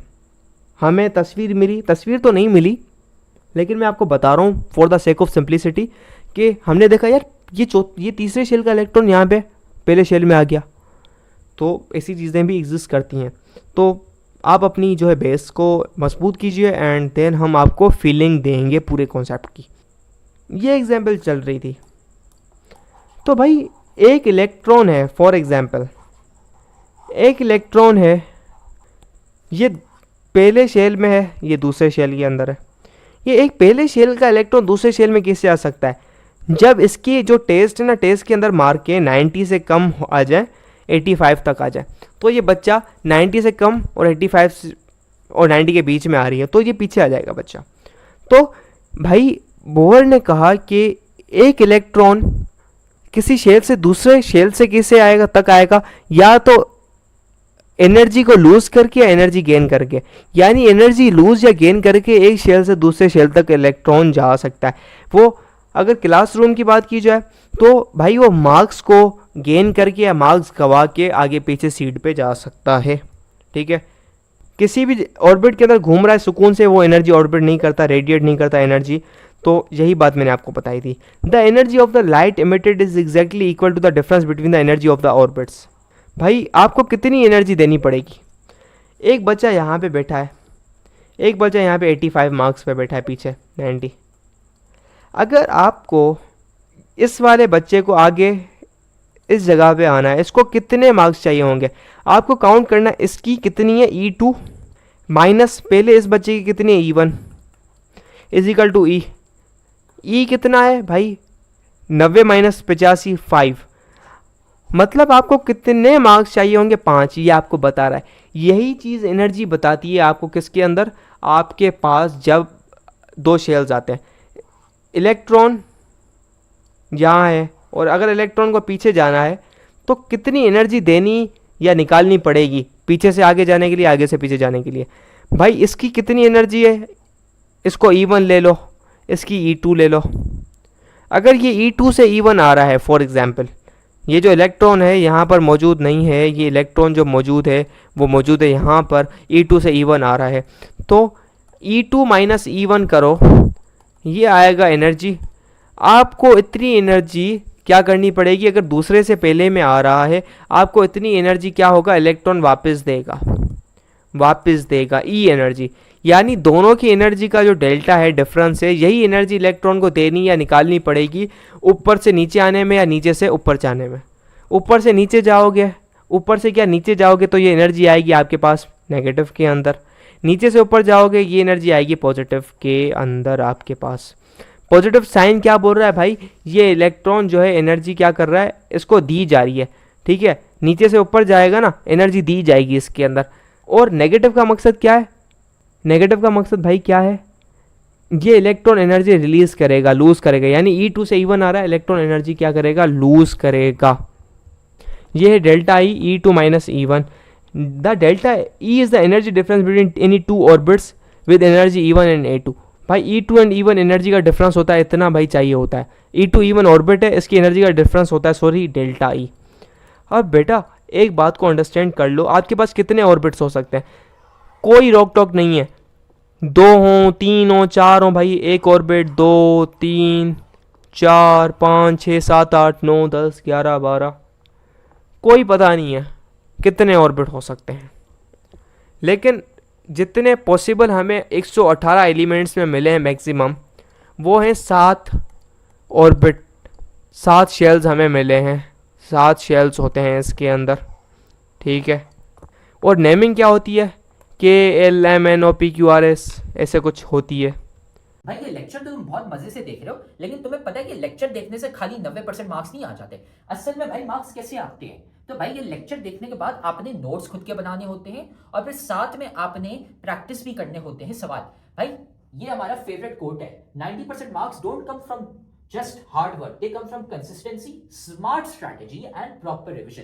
भाई स्मार्ट तरीके से पढ़ो. स्मार्ट तरीका ये हमने आपको बताया हुआ है, तो साथ में हम आपको तरीका भी नहीं बता रहे, साथ में हम आपको दे रहे हैं भाई नोट्स. जाओ कमेंट सेक्शन में, नोट्स में से आपको मिल जाएंगे भाई उन बच्चों के नोट्स. 300 बच्चे थे जिनके 90% ज्यादा मार्क्स आए थे, उनके नोट्स वहां पे पड़े हुए. लेकिन साथ में उधर नीचे हमने आपको सवाल भी दिए हुए प्रैक्टिस के लिए.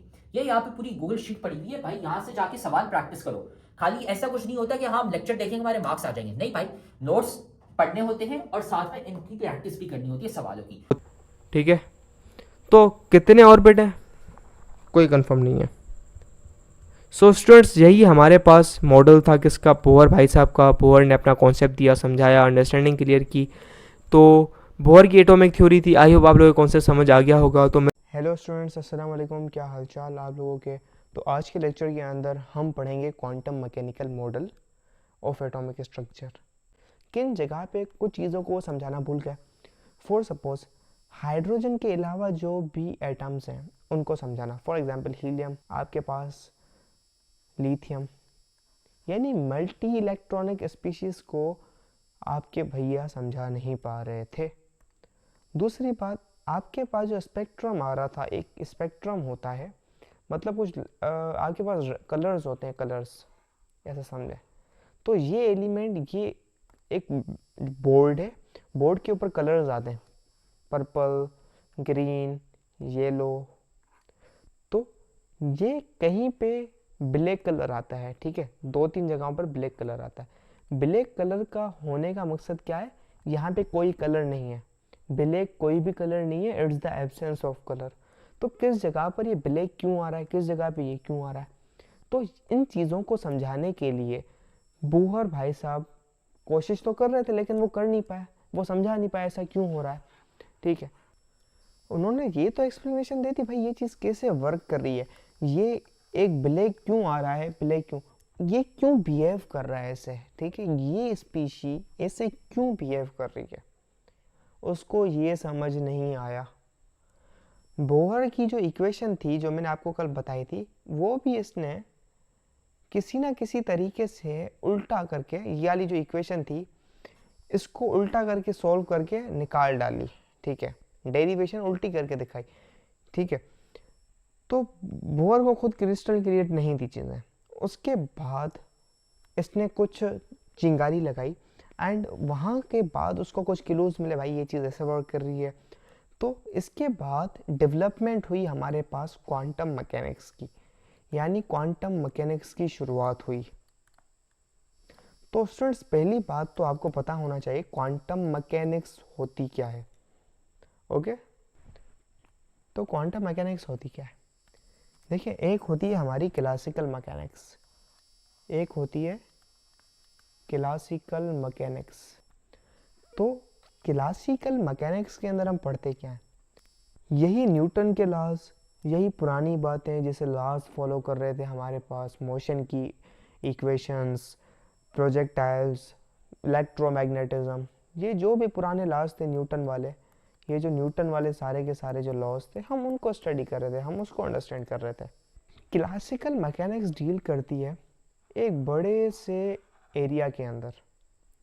मतलब आपके पास जो बॉडीज़ हैं, आपके पास अर्थ है, अर्थ कितना बड़ा एक जो है मैस है, यानी बड़ी बॉडीज़ के ऊपर जैसे लॉज ऑफ ग्रेविटेशन है, आपके पास सोलर सिस्टम है, बड़े बड़े प्लेनेट है, उसका जो मैस है कुछ सिग्निफिकेंट मैस है, कुछ ना कुछ सिग्निफिकेंट मैस है। आपकी बॉल हो गई, आपका एप्पल हो गया, रॉकेट्स हो गए, इनके ऊपर वर्क कर रही हैं।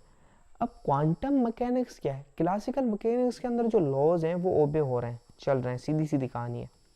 लेकिन क्वांटम मैकेनिक्स 19th सेंचुरी की शुरुआत के अंदर, हमारे पास 1920s 1916 के बाद इसकी डेवलपमेंट शुरू हुई। ये बला क्या थी भाई? ये कुछ स्पेशल टाइप की बला थी जिसके अंदर हमने देखा ये जो छोटे छोटे इलेक्ट्रॉन्स है ना, इलेक्ट्रॉन्स छोटे छोटे, ये मॉलिक्यूल्स हैं, ये एटम्स हैं, ये नॉर्मली लॉज को ओबे नहीं कर रहे, ये लॉज को ओबे नहीं कर रहे सिंपली, इनके कुछ स्पेशल लॉज हैं, ये थोड़े स्पेशली बिहेव कर रहे हैं, अनयूजुअल बिहेवियर उनका, अलग तरीक़ेकार से इनकी दुनिया है। यानी क्वांटम मैकेनिक्स, ये छोटे छोटे पार्टिकल है ना, बहुत स्मॉल मैसेस, ये जो बहुत स्मॉलेस्ट मैसेज हैं, इनकी एक अलग दुनिया है। ये क्वांटम मैकेनिक्स एक अलग वर्ल्ड है, this is a kind of world and this is another kind of world, जिनके अंदर अलग लॉज हैं, अलग अलग चीज़ें हैं। हमें लगता था क्लासिकल मैकेनिक्स एक ही दुनिया है, इसके अंदर सब चीज़ें आ जाती हैं, लेकिन ऐसा नहीं होता। हमारे पास क्वांटम मैकेनिक्स एक बहुत अलग और बहुत वसी दुनिया है, जिसके अंदर हमें बहुत सारी चीज़ों का इल्म हुआ, बहुत सारी चीज़ें हमें पता चली, एंड जो हमारे मिसकॉन्सेप्शंस थे वो सारे दूर हो गए। तो ये शुरुआत हुई क्वांटम मैकेनिक्स की। This is the correct model used by modern science to describe the structure of atom. It incorporates the principle of quantum mechanics or treats electrons as wave particle entities instead of exact orbitals regions around. Okay, let me make sure.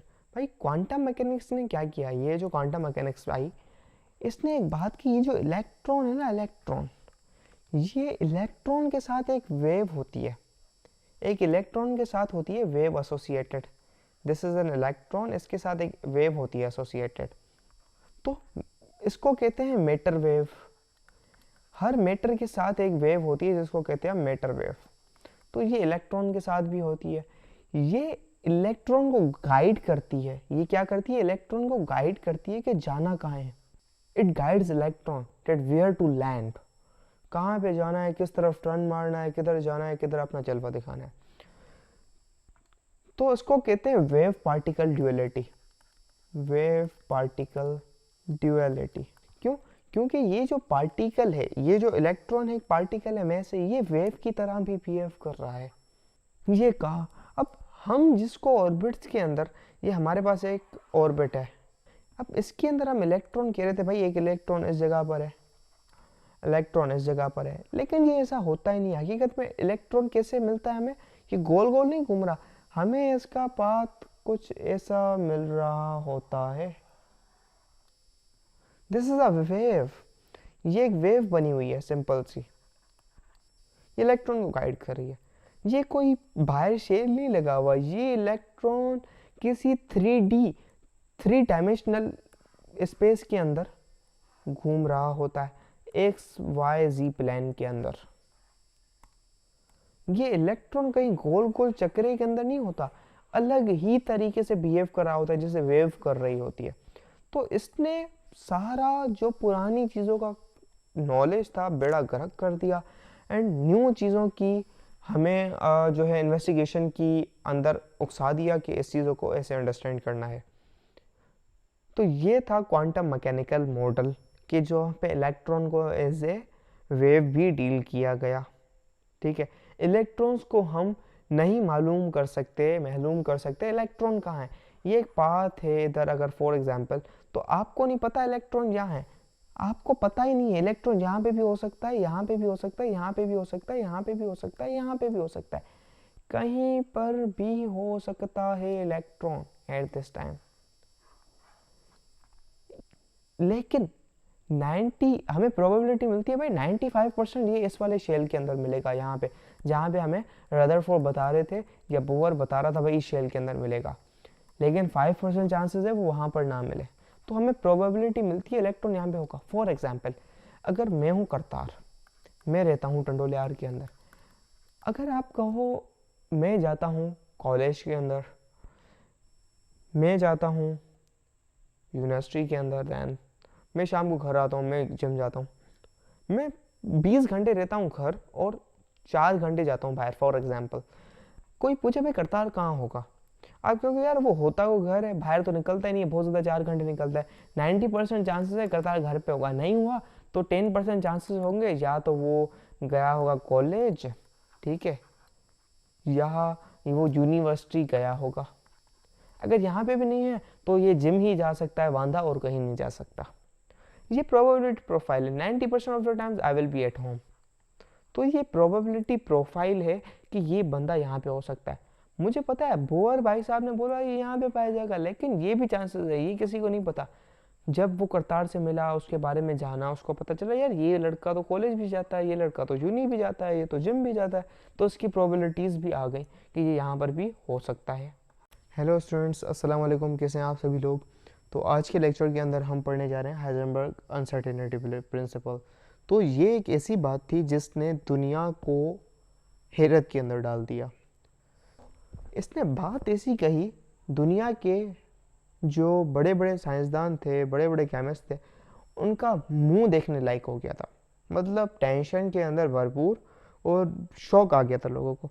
बात ही कुछ ऐसी थी भाई, Heisenberg uncertainty principle अभी तो शायद आपको नहीं समझ आया इतनी गौर से। जब आप क्लास 11 के अंदर आएंगे और उसके कॉन्सेप्ट को अंडरस्टैंड करेंगे, आपके पास बोहर के मॉडल की डेरिवेशंस होंगी, कॉन्सेप्ट होगा, आपको फिर एक लुत्फ आएगा, मज़ा आएगा, यार क्या बंदे ने बात की। और कसम से अगर ये एक्सपेरिमेंट ना होता, अगर ये बात हमें पता नहीं चलती, ये झूठ होता, इसकी जो बात थी अगर रॉन्ग होती तो कितना अच्छा होता। ठीक है, हाइजेनबर्ग अनसर्टेनिटी प्रिंसिपल 1927 के अंदर फॉर्मुलेट हुआ था। ठीक है, ये इंपॉर्टेंट फंडामेंटल कॉन्सेप्ट था क्वांटम मैकेनिक्स का। ठीक है, ये कहता है कि अगर आपको इलेक्ट्रॉन का पोजीशन पता है, ये कहती है अलग, अगर आपको इलेक्ट्रॉन की पोजीशन पता है तो आपको उसका मोमेंटम पता नहीं होगा। जितनी एक्यूरेसी से, अगर आपको जितना एक्यूरेटली पोजीशन पता है भाई वो किस जगह पर अभी, तो आपको मोमेंटम नहीं पता होगा। अगर आपको मोमेंटम एक्यूरेसी से पता है तो पोजीशन नहीं होगा। आप दोनों को एक टाइम पे एक्यूरेटली नहीं पता कर सकते। मुझे पता है आपको ये बात समझ नहीं आ रही, मैं कौन सी बेवकूफ़ानी बात कर रहा हूँ, आपको समझ नहीं आएगा। एग्जाम्पल देता हूँ, ये ज़मीन है, यहाँ पे एक रॉकेट है, दिस इज एन रॉकेट। अगर आपको पता है क्या स्पीड है, क्या वेलोसिटी, आपको इसकी प्रोफाइल पता है, आपने लॉन्च किया, आपको पता है ये जाके इस जगह पे लैंड करेगा। अगर आपको इसका मोमेंटम पता है, इसका कितना मोमेंटम है, और आपको पता चल सकता है ये एक्यूरेटली इस जगह पर है। अगर आपको पता है ये इस पॉइंट पर है तो आपको उसका मोमेंटम भी पता होगा। क्यों?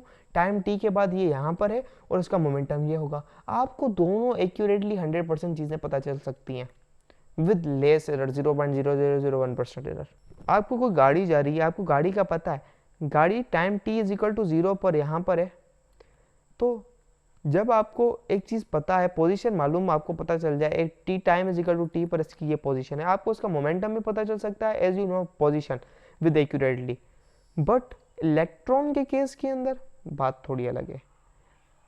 अगर आपको पता चल जाए, कार वाले केस के अंदर भाई आपको एक चीज़ पता है कि अगर कार यहाँ पर पहुँच गई है इस मोमेंटम के साथ, अब इस वाले पॉइंट पे कब जाके पहुँचेगी, किस टाइम पे पहुँचेगी, आपको पता होगा अगर गाड़ी का मोमेंटम पता है और पोजीशन भी पता है, आपको आगे का पता चल जाएगा। लेकिन इलेक्ट्रॉन के केस के अंदर ये एक ऑर्बिट है, दिस इज हियर, आपको पता है अगर इलेक्ट्रॉन यहाँ पर है, आपको पोजीशन एक्यूरेटली पता है। क्या? आपको एक्यूरेटली इस चीज़ की पोजीशन पता है। पोजीशन को शो करते हैं एक्स से। आप ये पता नहीं कर सकते आगे ये कहाँ पर जाएगा, आगे ये ऐसे पाथ बना के जाएगा या आगे ये ऐसे पाथ बना के जाएगा। फिर ऐसे जाएगा या फिर ऐसे जाएगा, यू डोंट नो। अगर आपको ये पता है, क्या आपको अगर x पता है तो आपको मोमेंटम उतनी एक्यूरेसी से नहीं पता, आप खाली तुक्का मार सकते हो यार शायद ये यहाँ पे जाए और यहाँ पे जाए, 50% चांसेस हैं। For example new case consider करें, अगर आपके पास ये ऑर्बिट है, अगर आपको पता है इलेक्ट्रॉन, भाई इलेक्ट्रॉन का अगर आपको पता है पाथ ये, आपको इलेक्ट्रॉन का मोमेंटम पता है किस तेज़ी से जा रहा है, ठीक है, ये ऐसे पाथ है इसका इलेक्ट्रॉन का। अब आपको मोमेंटम पता है इसका कि इलेक्ट्रॉन का mv क्या है, मोमेंटम, लेकिन आप इस पूरे इलाके के अंदर ये नहीं बता सकते अभी इस टाइम पे स्टेट t पर ये electron, time is equal to t पर ये इलेक्ट्रॉन यहाँ पर है, यहाँ पर है या यहाँ पर है, तो आपके पास x की एक्यूरेसी कम हो गई। अगर आपको मोमेंटम पता है तो उसकी आपको पोजीशन नहीं पता, पोजीशन पता है तो मोमेंटम नहीं पता आपको उतनी एक्यूरेसी के साथ। तो यही कहती है हाइजेनबर्ग अनसर्टेनिटी प्रिंसिपल कि आप एक इलेक्ट्रॉन की पोजीशन और मोमेंटम विद एक्यूरेसी दोनों एट ए टाइम दोनों एक साथ मालूम नहीं कर सकते। अगर आपने किसी एक पैरामीटर की एक्यूरेसी बढ़ाने की कोशिश कर दी तो दूसरा जो पैरामीटर है उसकी एक्यूरेसी कम होना शुरू हो जाएगी। अगर आपने दूसरे पैरामीटर की एक्यूरेसी बढ़ाना शुरू कर दी तो पहले की ऑटोमेटिकली खुद ब खुद कम होने जाएगी, और इन दोनों का जो प्रोडक्ट होता है ये हमेशा आपके पास कुछ कांस्टेंट मिलेगा, ठीक है, वो कुछ h/π ऐसे कुछ आता है, तो आपको कुछ इसका प्रोडक्ट मिलेगा, वो अनसर्टेनिटी होगी इसको जो पोजीशन और इसके जो मोमेंटम मालूम करने के अंदर। एक चीज़ पता है दूसरी कम हो जाएगी, दूसरी चीज़ पता है पहली चीज़ कम हो जाएगी। यही कहता था, मतलब आपको एक इलेक्ट्रॉन पता ही नहीं कर सकते कि इलेक्ट्रॉन अभी कहाँ है, इलेक्ट्रॉन कहाँ जा सकता है। आप एक पैरामीटर देखें, दोनों चीज़ें आपको पता होती हैं, एक चीज़ आप 100% कैसे मालूम कर दें, हो ही नहीं पाएगा भाई। दूसरी चीज़ आपको ज़ीरो हो जाएगी, दूसरी चीज़ ज़ीरो हो जाएगी मतलब आपको किसी बात का इल्म ही नहीं है। आप ये कर सकते हैं प्रोबेबिलिटी, यानी मोस्ट प्रोबेबिलिटी कहाँ होगी कि भाई प्रोबेबिलिटी कि electron at this instant most probably कहाँ पर पाया जाएगा, ये आप कर सकते हैं कैलकुलेशन करके। This principle states that it is impossible to simultaneously determine, simultaneous यानी एक साथ आप exact location and future trajectory of an electron. Future trajectory यानी भाई आगे कहाँ जाएगा इलेक्ट्रॉन, अगर यहाँ पर है तो ये इलेक्ट्रॉन का पाथ है ऐसे कुछ, ये इलेक्ट्रॉन अब कहाँ जाएगा, इस वाली डायरेक्शन में जाएगा, इधर जाएगा या इधर जाएगा, आपको क्या पता, यू डोंट नो, या ऐसे चला जाएगा ऐसे चला जाएगा, आप फ्यूचर पता नहीं कर सकते। As the result plotting the electron orbit around the nucleus becomes an irresistible challenge. भाई ये एक चैलेंज हो जाता है, भाई आप कैसे मालूम करो अब इलेक्ट्रॉन कहाँ जाएगा, आपको पता ही नहीं चल सकता अभी यहाँ पे इलेक्ट्रॉन अब कहाँ जाएगा। तो इलेक्ट्रॉन एक अपनी मर्जी का मालिक वाला पार्टिकल है, आपको उसको अंडरस्टैंड कर ही नहीं सकते ना। Imagine that you have a single hydrogen atom and you decide to observe the position of that a single electron at a given moment. आप एक ये क्या कहते हैं, आप एक हाइड्रोजन एटम ले लो, क्यों, क्योंकि सिंपल एटम है, अब इसके अंदर एक इलेक्ट्रॉन है, आपने कोशिश की भाई इस इलेक्ट्रॉन को अंडरस्टैंड करने की, भाई ये कहाँ पर है इलेक्ट्रॉन एट टाइम t पर, ठीक है, एक मोमेंट पर। Shortly after you repeated this process the electron move to another position. This means from the original location to the next one is completely dimensionally mapped, representing the likely location where the electron is expected to exist. You cannot know for sure where an electron is and where it goes next. ठीक है,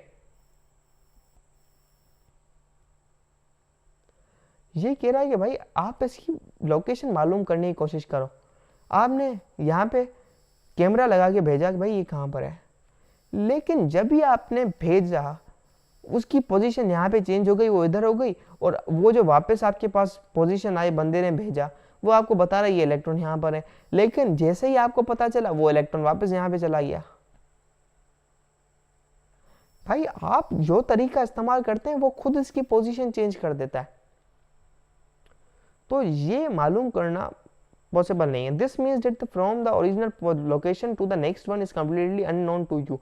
Continuous repetition of this process allows the gradual construction of three-dimensional map representing the likely location where the electron is expected to exist. अगर हम बार बार location मालूम करने की कोशिश करें, ये एक सिस्टम है, तो आपने एक दफ़ा भेजा, एक दफ़ा इलेक्ट्रॉन यहाँ मिला, दूसरी दफ़ा भेजा यहाँ मिला, यहाँ मिला, यहाँ मिला, यहाँ मिला, यहाँ मिला, तो आपने 1 मिलियन टाइम्स आपने इलेक्ट्रॉन को मैप करना कोशिश किया, तो आपको ऐसे डॉट्स मिलते गए, डॉट्स मिलते गए। कभी आपको यहाँ पर भी डॉट मिला, कभी आपको यहाँ पर भी मिला डॉट, यहाँ पे भी मिला, यहाँ पे भी मिला, यहाँ पे भी मिला, यहाँ पे भी मिला, लेकिन जो ज़्यादातर जो डॉट्स मिले वो आपको यहाँ पर मिले। तो आपको 1 मिलियन टाइम्स इसकी लोकेशन मालूम करने पर यह पता चला कि इलेक्ट्रॉन्स 95% इस जगह पर पाया जाता है। क्या इलेक्ट्रॉन्स 95% इस जगह पे पाया जाता है, लेकिन 2 to 3% है कि इलेक्ट्रॉन इस जगह पे शेल से बाहर भी पाया जा सके, एंड 1-2% यहाँ पे चांसेस है ये शेल के अंदर वाले साइड पर भी पाया जा सके, लेकिन 95% क्या ये यहाँ पर इस दायरे के अंदर होगा।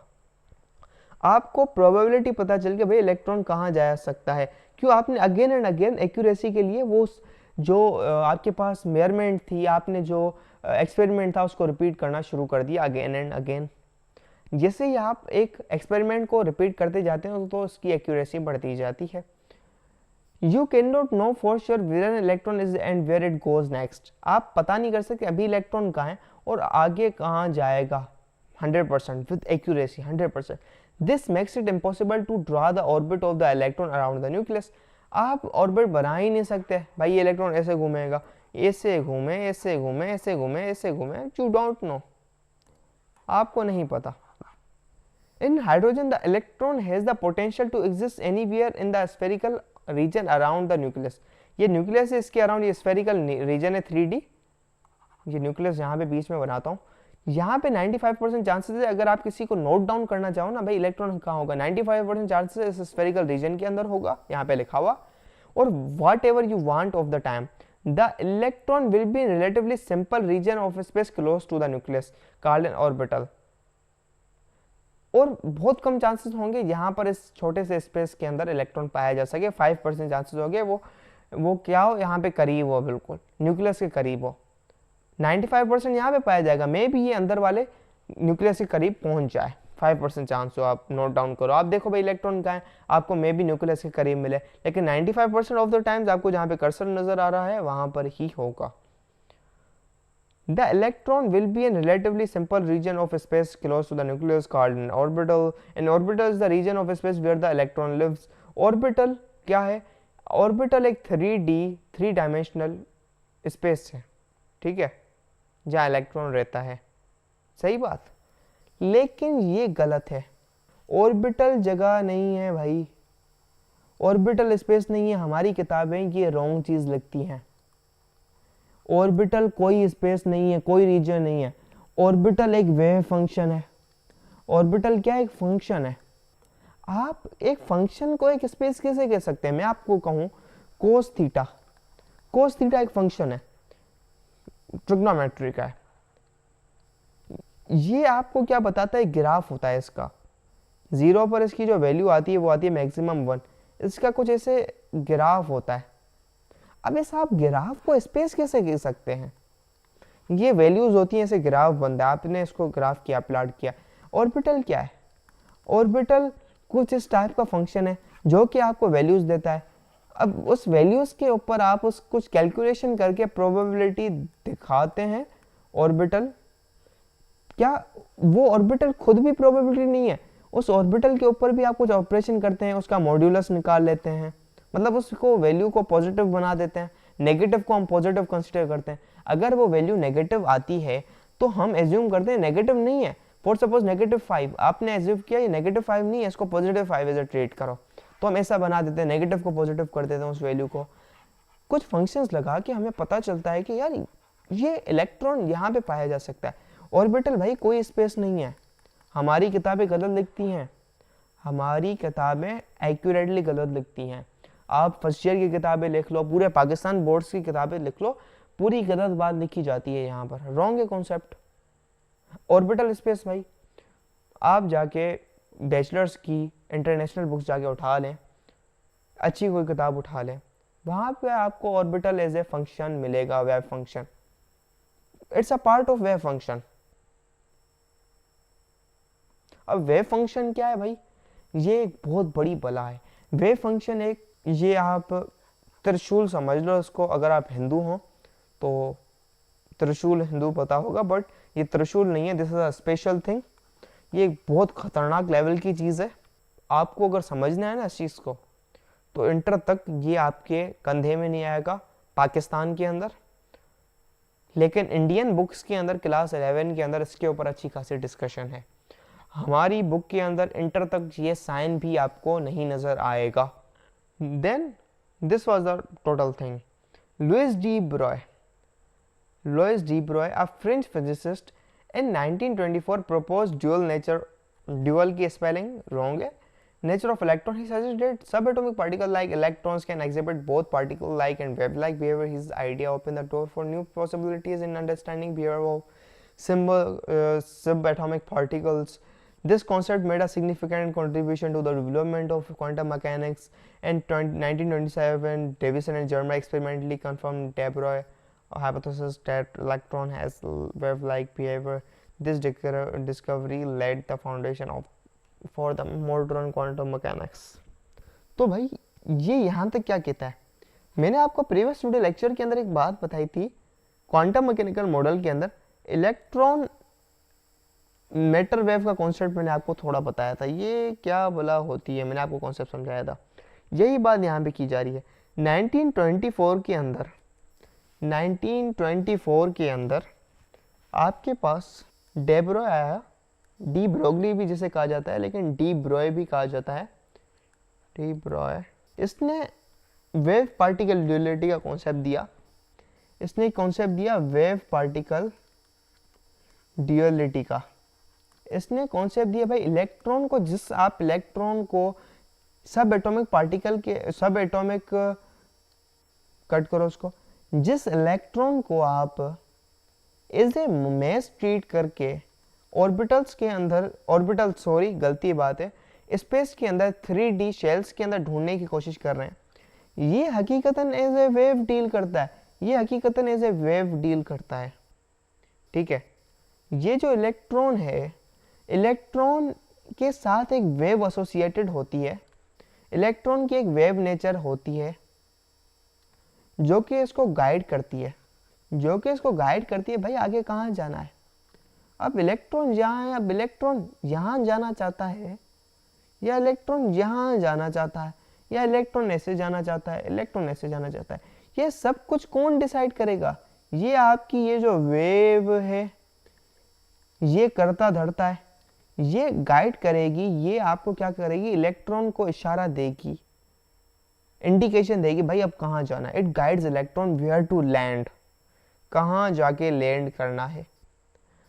तो यही de Broglie हाइपोथेसिस थी 1924 के अंदर कि भाई electron as a wave deal करता है। अब जिस पार्टिकल को आप एज ए, जो आप लगा रहे हैं फंक्शंस पार्टिकल के जैसे, भाई जैसे आप पार्टिकल की तरह डील कर रहे हैं, मैथ्स हैं ये वो सारी इक्वेशन आप लगा रहे हैं मैथ्स पर, लेकिन ये तो गलत है, ये तो मैथ्स ही नहीं, ये तो इलेक्ट्रॉन है। इसके बाद श्रोडिंगर ने अपना मॉडल आया, पेश किया, श्रोडिंगर्स एटॉमिक मॉडल। इसके अंदर इसने इस इलेक्ट्रॉन को एज ए वेव ट्रीट किया एंड इसके लिए वेव फंक्शन बनाए, या वेव फंक्शन बनाने की कोशिश की। किन लोगों के साथ? बताया कि भाई इलेक्ट्रॉन की वेव को स्टडी करना पड़ेगा, इलेक्ट्रॉन इसकी वेव कैसे बिहेव कर रही है, ये मैथ्स थोड़ी है, ये तो वेव है। 1927 के टाइम के अंदर ये चीज़ें काम में आई, वेव फंक्शन बना, अंडरस्टैंड किया ये तो वेव की तरह बिहेव कर रही है। तो पुरानी वाली जो बातें थी उसने हमें क्वांटम मैकेनिक्स की ग्रोथ के अंदर बड़ा हेल्प किया। बाद में पता चला भाई ये तो अलग भला है, हम जिसको मैथ समझ रहे थे वो तो निकली आपके पास वेव। तो इस ये जो वेव एसोसिएटेड है इस इलेक्ट्रॉन के साथ, ये जो वेव है, यानी इलेक्ट्रॉन क्या है, मेस के साथ, यानी मेस के अंदर, मेस के साथ एक वेव एसोसिएटेड है, तो इसलिए हम कहते हैं इसको मैटर वेव। मेस क्या होता है, मैटर, तो इसलिए इसको कहा जाता है मैटर वेव। ये थर्ड टाइप ऑफ वेव होती है, यही बात थी इसकी। और इसको experimentally Davisson and Germer experiment था 1927 के अंदर, जिसने इस इलेक्ट्रॉन के वेव लाइक बिहेवियर को प्रूव किया, एक एक्सपेरिमेंट किया था, डेविसन एंड जर्मर एक्सपेरिमेंट था, जिसको आप पढ़ेंगे इंटर में जाके। उसके थ्रू हमें पता चला ये वाकई electron as a wave deal करता है। जबकि 1927 के अंदर ये प्रपोजल था, उसने प्रपोज किया, देन लोगों ने इसकी बात में दम था, इस प्रपोजल को यूज़ किया और आपके पास जो आंसर्स आ रहे थे वो सही आ रहे थे। तो यही बात थी हमारे पास स्टूडेंट्स हाइजेनबर्ग अनसर्टेनिटी प्रिंसिपल की एंड डे ब्रॉय हाइपोथेसिस की।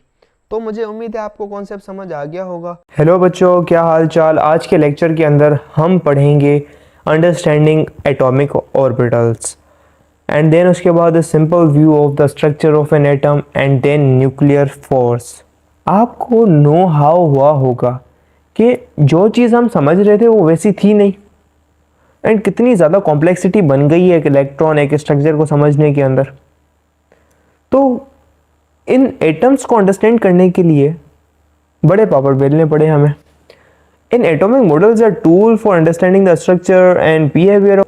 एक एटम कैसे बिहेव करेगा, ये एक क्या है आपके पास एटॉमिक मॉडल बताएगा। अब वो कैसे रिएक्शंस के अंदर हिस्सा लेगा ये आपको बताएगा।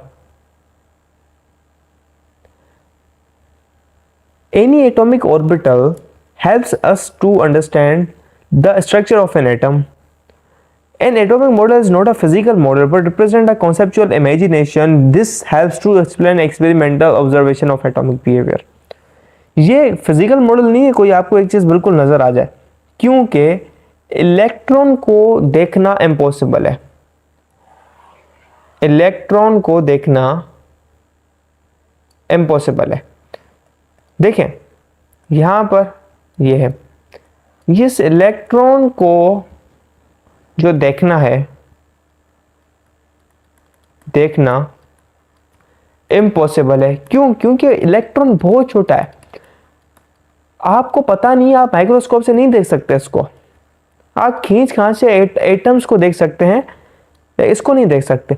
तो अंदर कैसे न्यूक्लियस बिहेव कर रहा है, कैसे इलेक्ट्रॉन जा रहा है, किस पाथ के अंदर ट्रेवल कर रहा है, तो आप इसको कुछ प्रपोजल दे सकते हो। आप थ्योरीज को प्रपोज करते हैं, आप इमेजिन करते हैं, अपनी नॉलेज के ऊपर इमेजिनेशन करते हैं। Imagination is everything. इमेजिनेशन करते हैं कि ये चीज़ कैसे बिहेव करेगी।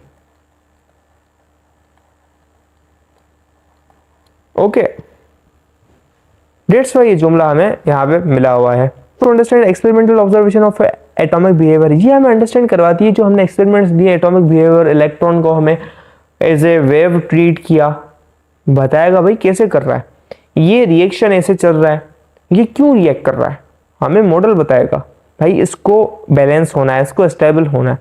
The atomic model gives us a simplified representation of complex reality. ये कॉम्प्लेक्स रियलिटी है, मैंने आपको शुरू में बताया कॉम्प्लेक्सिटी में आ गई बात। एटॉमिक मॉडल उसको सादा इजी करके आपको बताएगा। As research and technology progress, scientists continue to improve our knowledge and atomic models. जैसे न्यू टेक्नोलॉजीज आती जा रही हैं, हमें न्यू पार्टिकल्स के बारे में पता चल रहा है। हिग्स बोसॉन्स, क्वार्क्स तो हमें बहुत पहले पता चल गए थे, हमें हिग्स बोसॉन्स का पता चला, उसके अंदर भी पार्टिकल्स होते हैं। जैसे जैसे टेक्नोलॉजी बढ़ती जा रही है, हमें न्यू चीज़ों के बारे में इल्म मिलता जा रहा है। A simple view of the structure of an atom.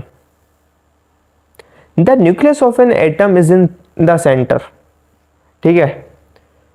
It contains protons and neutrons. Protons and neutrons are collectively called nucleons. Okay.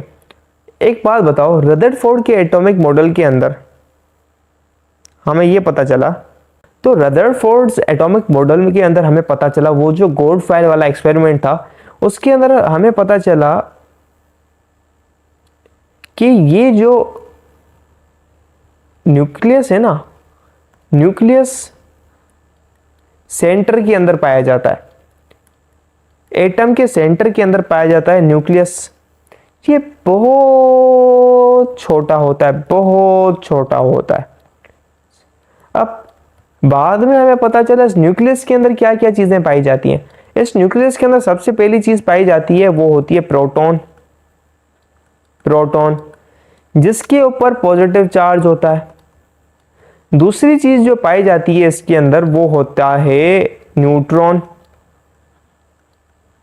जिसके ऊपर चार्ज नहीं होता, no charge.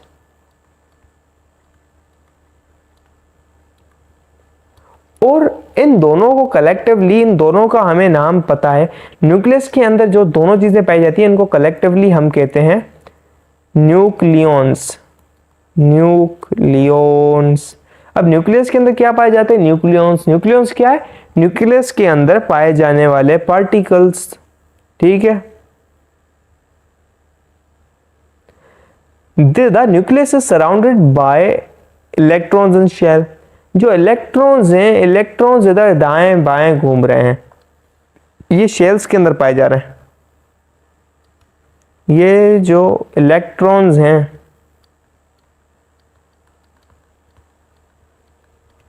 Are in the shell.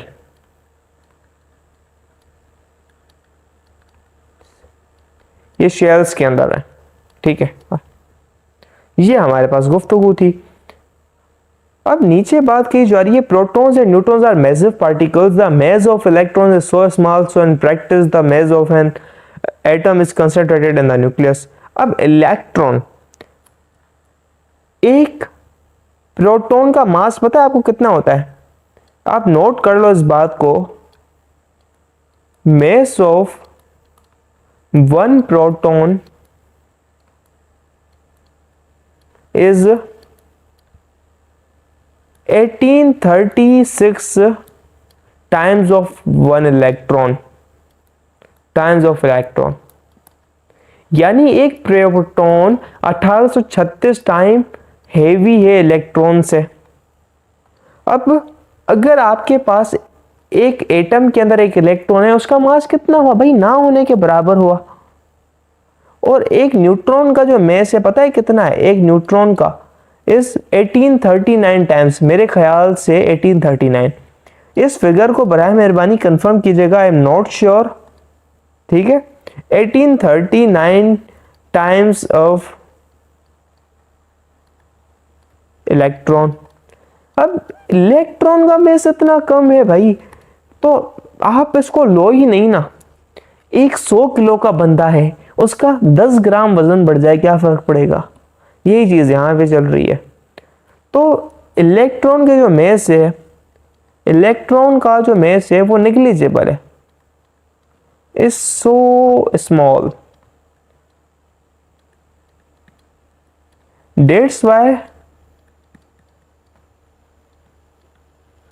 We ignore mass of electron. अगर एक atom के अंदर 10 electron है, उसका क्या मास दिया जाएगा यार? तो इससे हमें पता चला जो एक एटम का जो मास होता है वो कहां पर पाया जाता है? तो एक एटम का जो मास होता है वो पाया जाता है उसके न्यूक्लियस के अंदर। क्यों? न्यूक्लियस के अंदर ही प्रोटॉन न्यूट्रॉन का मास माना जाता है। Atoms mass is concentrated in nucleus.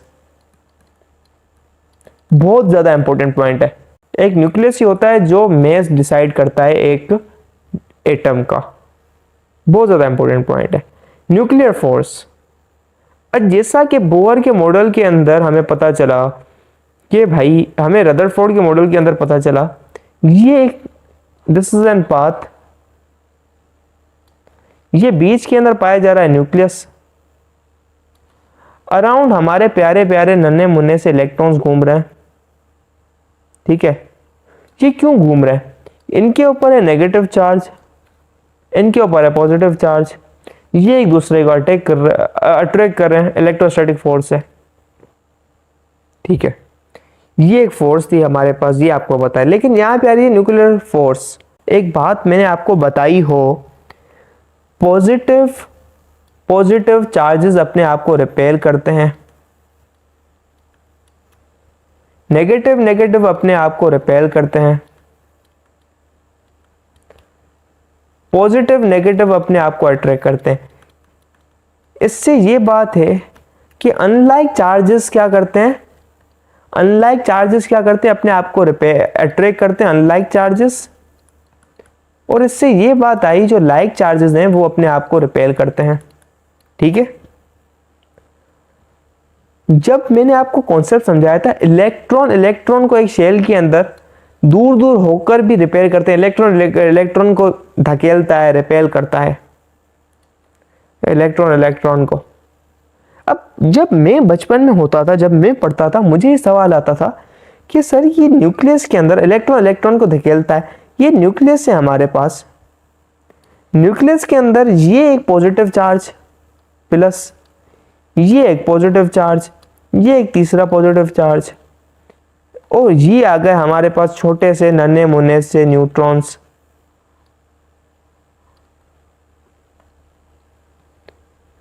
तो सर ये इतने छोटे न्यूक्लियस के अंदर बिल्कुल करीब पॉजिटिव चार्ज चिपके हुए हैं। ये जो फोर्स है वो डिस्टेंस के ऊपर डिपेंड करती है। इन दोनों के बिटवीन जो डिस्टेंस है, इन दोनों के जो बिटवीन डिस्टेंस है बेटा,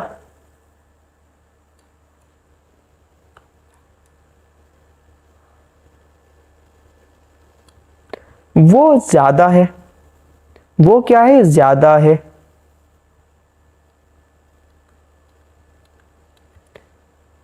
एज कंपेयर टू दिस, इन दोनों के बिटवीन जो डिस्टेंस है वो इतना ज्यादा नहीं है, लेकिन फिर भी ये साथ क्यों है? ये साथ कैसे हैं? सवाल आता है ना। तो न्यूक्लियस के अंदर एक फोर्स पाई जाती है, एक फोर्स पाई जाती है न्यूक्लियस के अंदर जिसको कहते हैं स्ट्रॉन्ग न्यूक्लियर फोर्स। यही फोर्स है जो इनको चिपका के बैठी है आपस में। यही स्ट्रॉन्ग न्यूक्लियर फोर्स है जो इनको एक साथ करके बैठी है। इनके जो रिपल्जन वाली फोर्स है उससे कई गुना ज्यादा ये स्ट्रॉन्गर फोर्स है। The nucleus contains protons and neutrons. Protons are positively charged and neutrons are neutral. The nucleus has no negative charge. Nucleus के ऊपर नेगेटिव चार्ज नहीं है। The positively charged proton must cancel each other out and the nucleus must break apart. ठीक है, but atoms are stable and have existed for billions of years. ये कह रहा है भाई पॉजिटिवली चार्ज रिपेल कर दें और इतना रिपेल करें, इतने करीब है न्यूक्लियस फट के बाहर निकल जाए, टूट जाए, बिखर जाए, लेकिन आप अभी जिंदा हैं। हमारा बिलियंस ऑफ ईयर्स से एटम्स क्या है? स्टेबल है। ऐसा क्यों? Therefore there must be some kind of attraction that connects them. यहाँ पे कोई ऐसी फोर्स होगी, ऐसी एक ताकत होगी जो उनको जोड़ के बैठी है, ऐसी अट्रैक्शन होगी। नो इलेक्ट्रोस्टैटिक और magnetic forces occur with in the core. ठीक है, this is because these forces involve both attraction and repulsion. Therefore the forces that binds protons and neutrons together is a strong force. This force is called strong nuclear force. This is defined as a strong attractive force that binds protons and neutrons together. This force is stronger than electrostatic or magnetic forces. This force is between neutrons and neutrons, protons and protons, and neutrons and protons. अब भाई एक force पाई जाती है only charges के between, positive and positive के between, वो होती है electrostatic force, force of electrostatic. एक और फोर्स पाई जाती है जिसको कहते हैं न्यूक्लियर फोर्स, जो कि न्यूट्रॉन के बिटवीन पाई जाती है, न्यूट्रॉन प्रोटॉन के बिटवीन पाई जाती है, प्रोटॉन के बिटवीन पाई जाती है। ये जो फोर्स होती है इसकी नेचर होती है अट्रैक्टिव। ये अट्रैक्टिव नेचर की फोर्स होती है। कौन सी फोर्स की बात कर रहा हूं मेरे भाई? स्ट्रॉन्ग न्यूक्लियर फोर्स की बात कर रहा हूं मैं। कौन सी फोर्स? Strong nuclear force. इसकी जो नेचर होती है अट्रैक्टिव होती है। अब एक जो चीज है जो रिपेल मार रही है, ये एक दूसरे को रिपेल कर रहे हैं। ये क्या कर रहे हैं? रिपेल कर रहे हैं न्यूक्लियस के अंदर। लेकिन ये जो पैरामीटर्स हैं, ये वाले जो पैरामीटर्स हैं, न्यूट्रॉन को अट्रैक्ट करके बैठा है, न्यूट्रॉन प्रोटॉन को अट्रैक्ट कर रहा है। ये एक फोर्स है जो कि इस इलेक्ट्रोस्टैटिक फोर्स से कई गुना ज्यादा है, कई गुना ज्यादा है। तभी तो ये बैठी है, एग्जिस्ट कर रही है। ठीक है बेटा, समझ आई ये बात? इसको और तरीके से समझाता हूं भाई। एग्जाम्पल ले लो, ये एक डब्बा है, ये एक डब्बा है। ठीक है, एक काम करो मेरे भाई, ये एक डब्बा ले लो आप छोटा सा। एक बंदा इसको इस डायरेक्शन के अंदर फोर्स लगा रहा है जिसको हम कहते हैं इलेक्ट्रोस्टैटिक फोर्स। इस डब्बे को तो यहां पर जाना चाहिए, लेकिन ये डब्बा क्या है? इस डायरेक्शन के अंदर जा रहा है। आप कहोगे फोर्स इस डायरेक्शन में लग रही है, डब्बा इस तरफ जा रहा है, आप एक बॉडी को ऐसे खींच के जा रहे हो, फोर्स इस डायरेक्शन में लेके जा रहे हो, बॉडी ऐसे मूव कर रही है, बड़ी अजीब बात है। आप कहोगे कि सर बेटा यहाँ पे इस डायरेक्शन के अंदर एक और फोर्स पाई जा रही होगी जिसका जो मैग्नीट्यूड होगा न्यूक्लियर फोर्स का वो ज्यादा होगा एफ ऑफ ई, तभी तो इसकी डायरेक्शन ऑफ मोशन इस तरफ है। यही केस यहाँ पर हो रहा है बेटा, यही तो केस यहाँ पर हो रहा है, न्यूक्लियर फोर्स ज्यादा है। तो जो सबसे ज्यादा स्ट्रॉन्गेस्ट फोर्स पाई जाती है वो होती है न्यूक्लियर फोर्स, जो कि इनको आपस में एक न्यूक्लियस को आपस में चिपका के बैठी हुई होती है, कंसंट्रेट करके बैठी हुई होती है, करीब करके बैठी हुई होती है, वरना न्यूक्लियस एग्जिस्ट ही नहीं करता। तो उम्मीद है अब आपको है ना ये टॉपिक समझ आ गया। हमने सारे के सारे सब्जेक्ट्स और सारे के सारे चैप्टर्स के हमने नोट्स डाले हुए हैं, लेक्चर्स डाले हुए हैं। इधर कमेंट सेक्शन में चले जाओ, नोट्स पढ़े हुए हैं, लेक्चर्स पढ़े हुए हैं, गेस्ट पेपर भी हम आपको दे रहे हैं और इंपॉर्टेंट चीजें भी बता रहे हैं ताकि आपको है ना एग्जाम की डेट्स भी पता चल जाए और आपका एग्जाम मिस ना हो जाए। सारी चीजें हमने कमेंट सेक्शन में डाली थी, वहां से है ना जाके वसूल कर लो इसको। तो आप देख रहे हो कि हमारी इतने सारे बच्चे हैं जिनके 90% ज्यादा मार्क्स आए। क्यों? सवाल देने के साथ साथ हम सिखाते हैं कि भाई आंसर कैसे लिखते हैं। आंसर लिखने का एक तरीका होता है, वो तरीका हम सिखाते हैं सिर्फ और सिर्फ हमारी बैच वाले बच्चों को, इसलिए हमारे इतने सारे बच्चे हैं जिनके 90% ज्यादा मार्क्स आए हैं।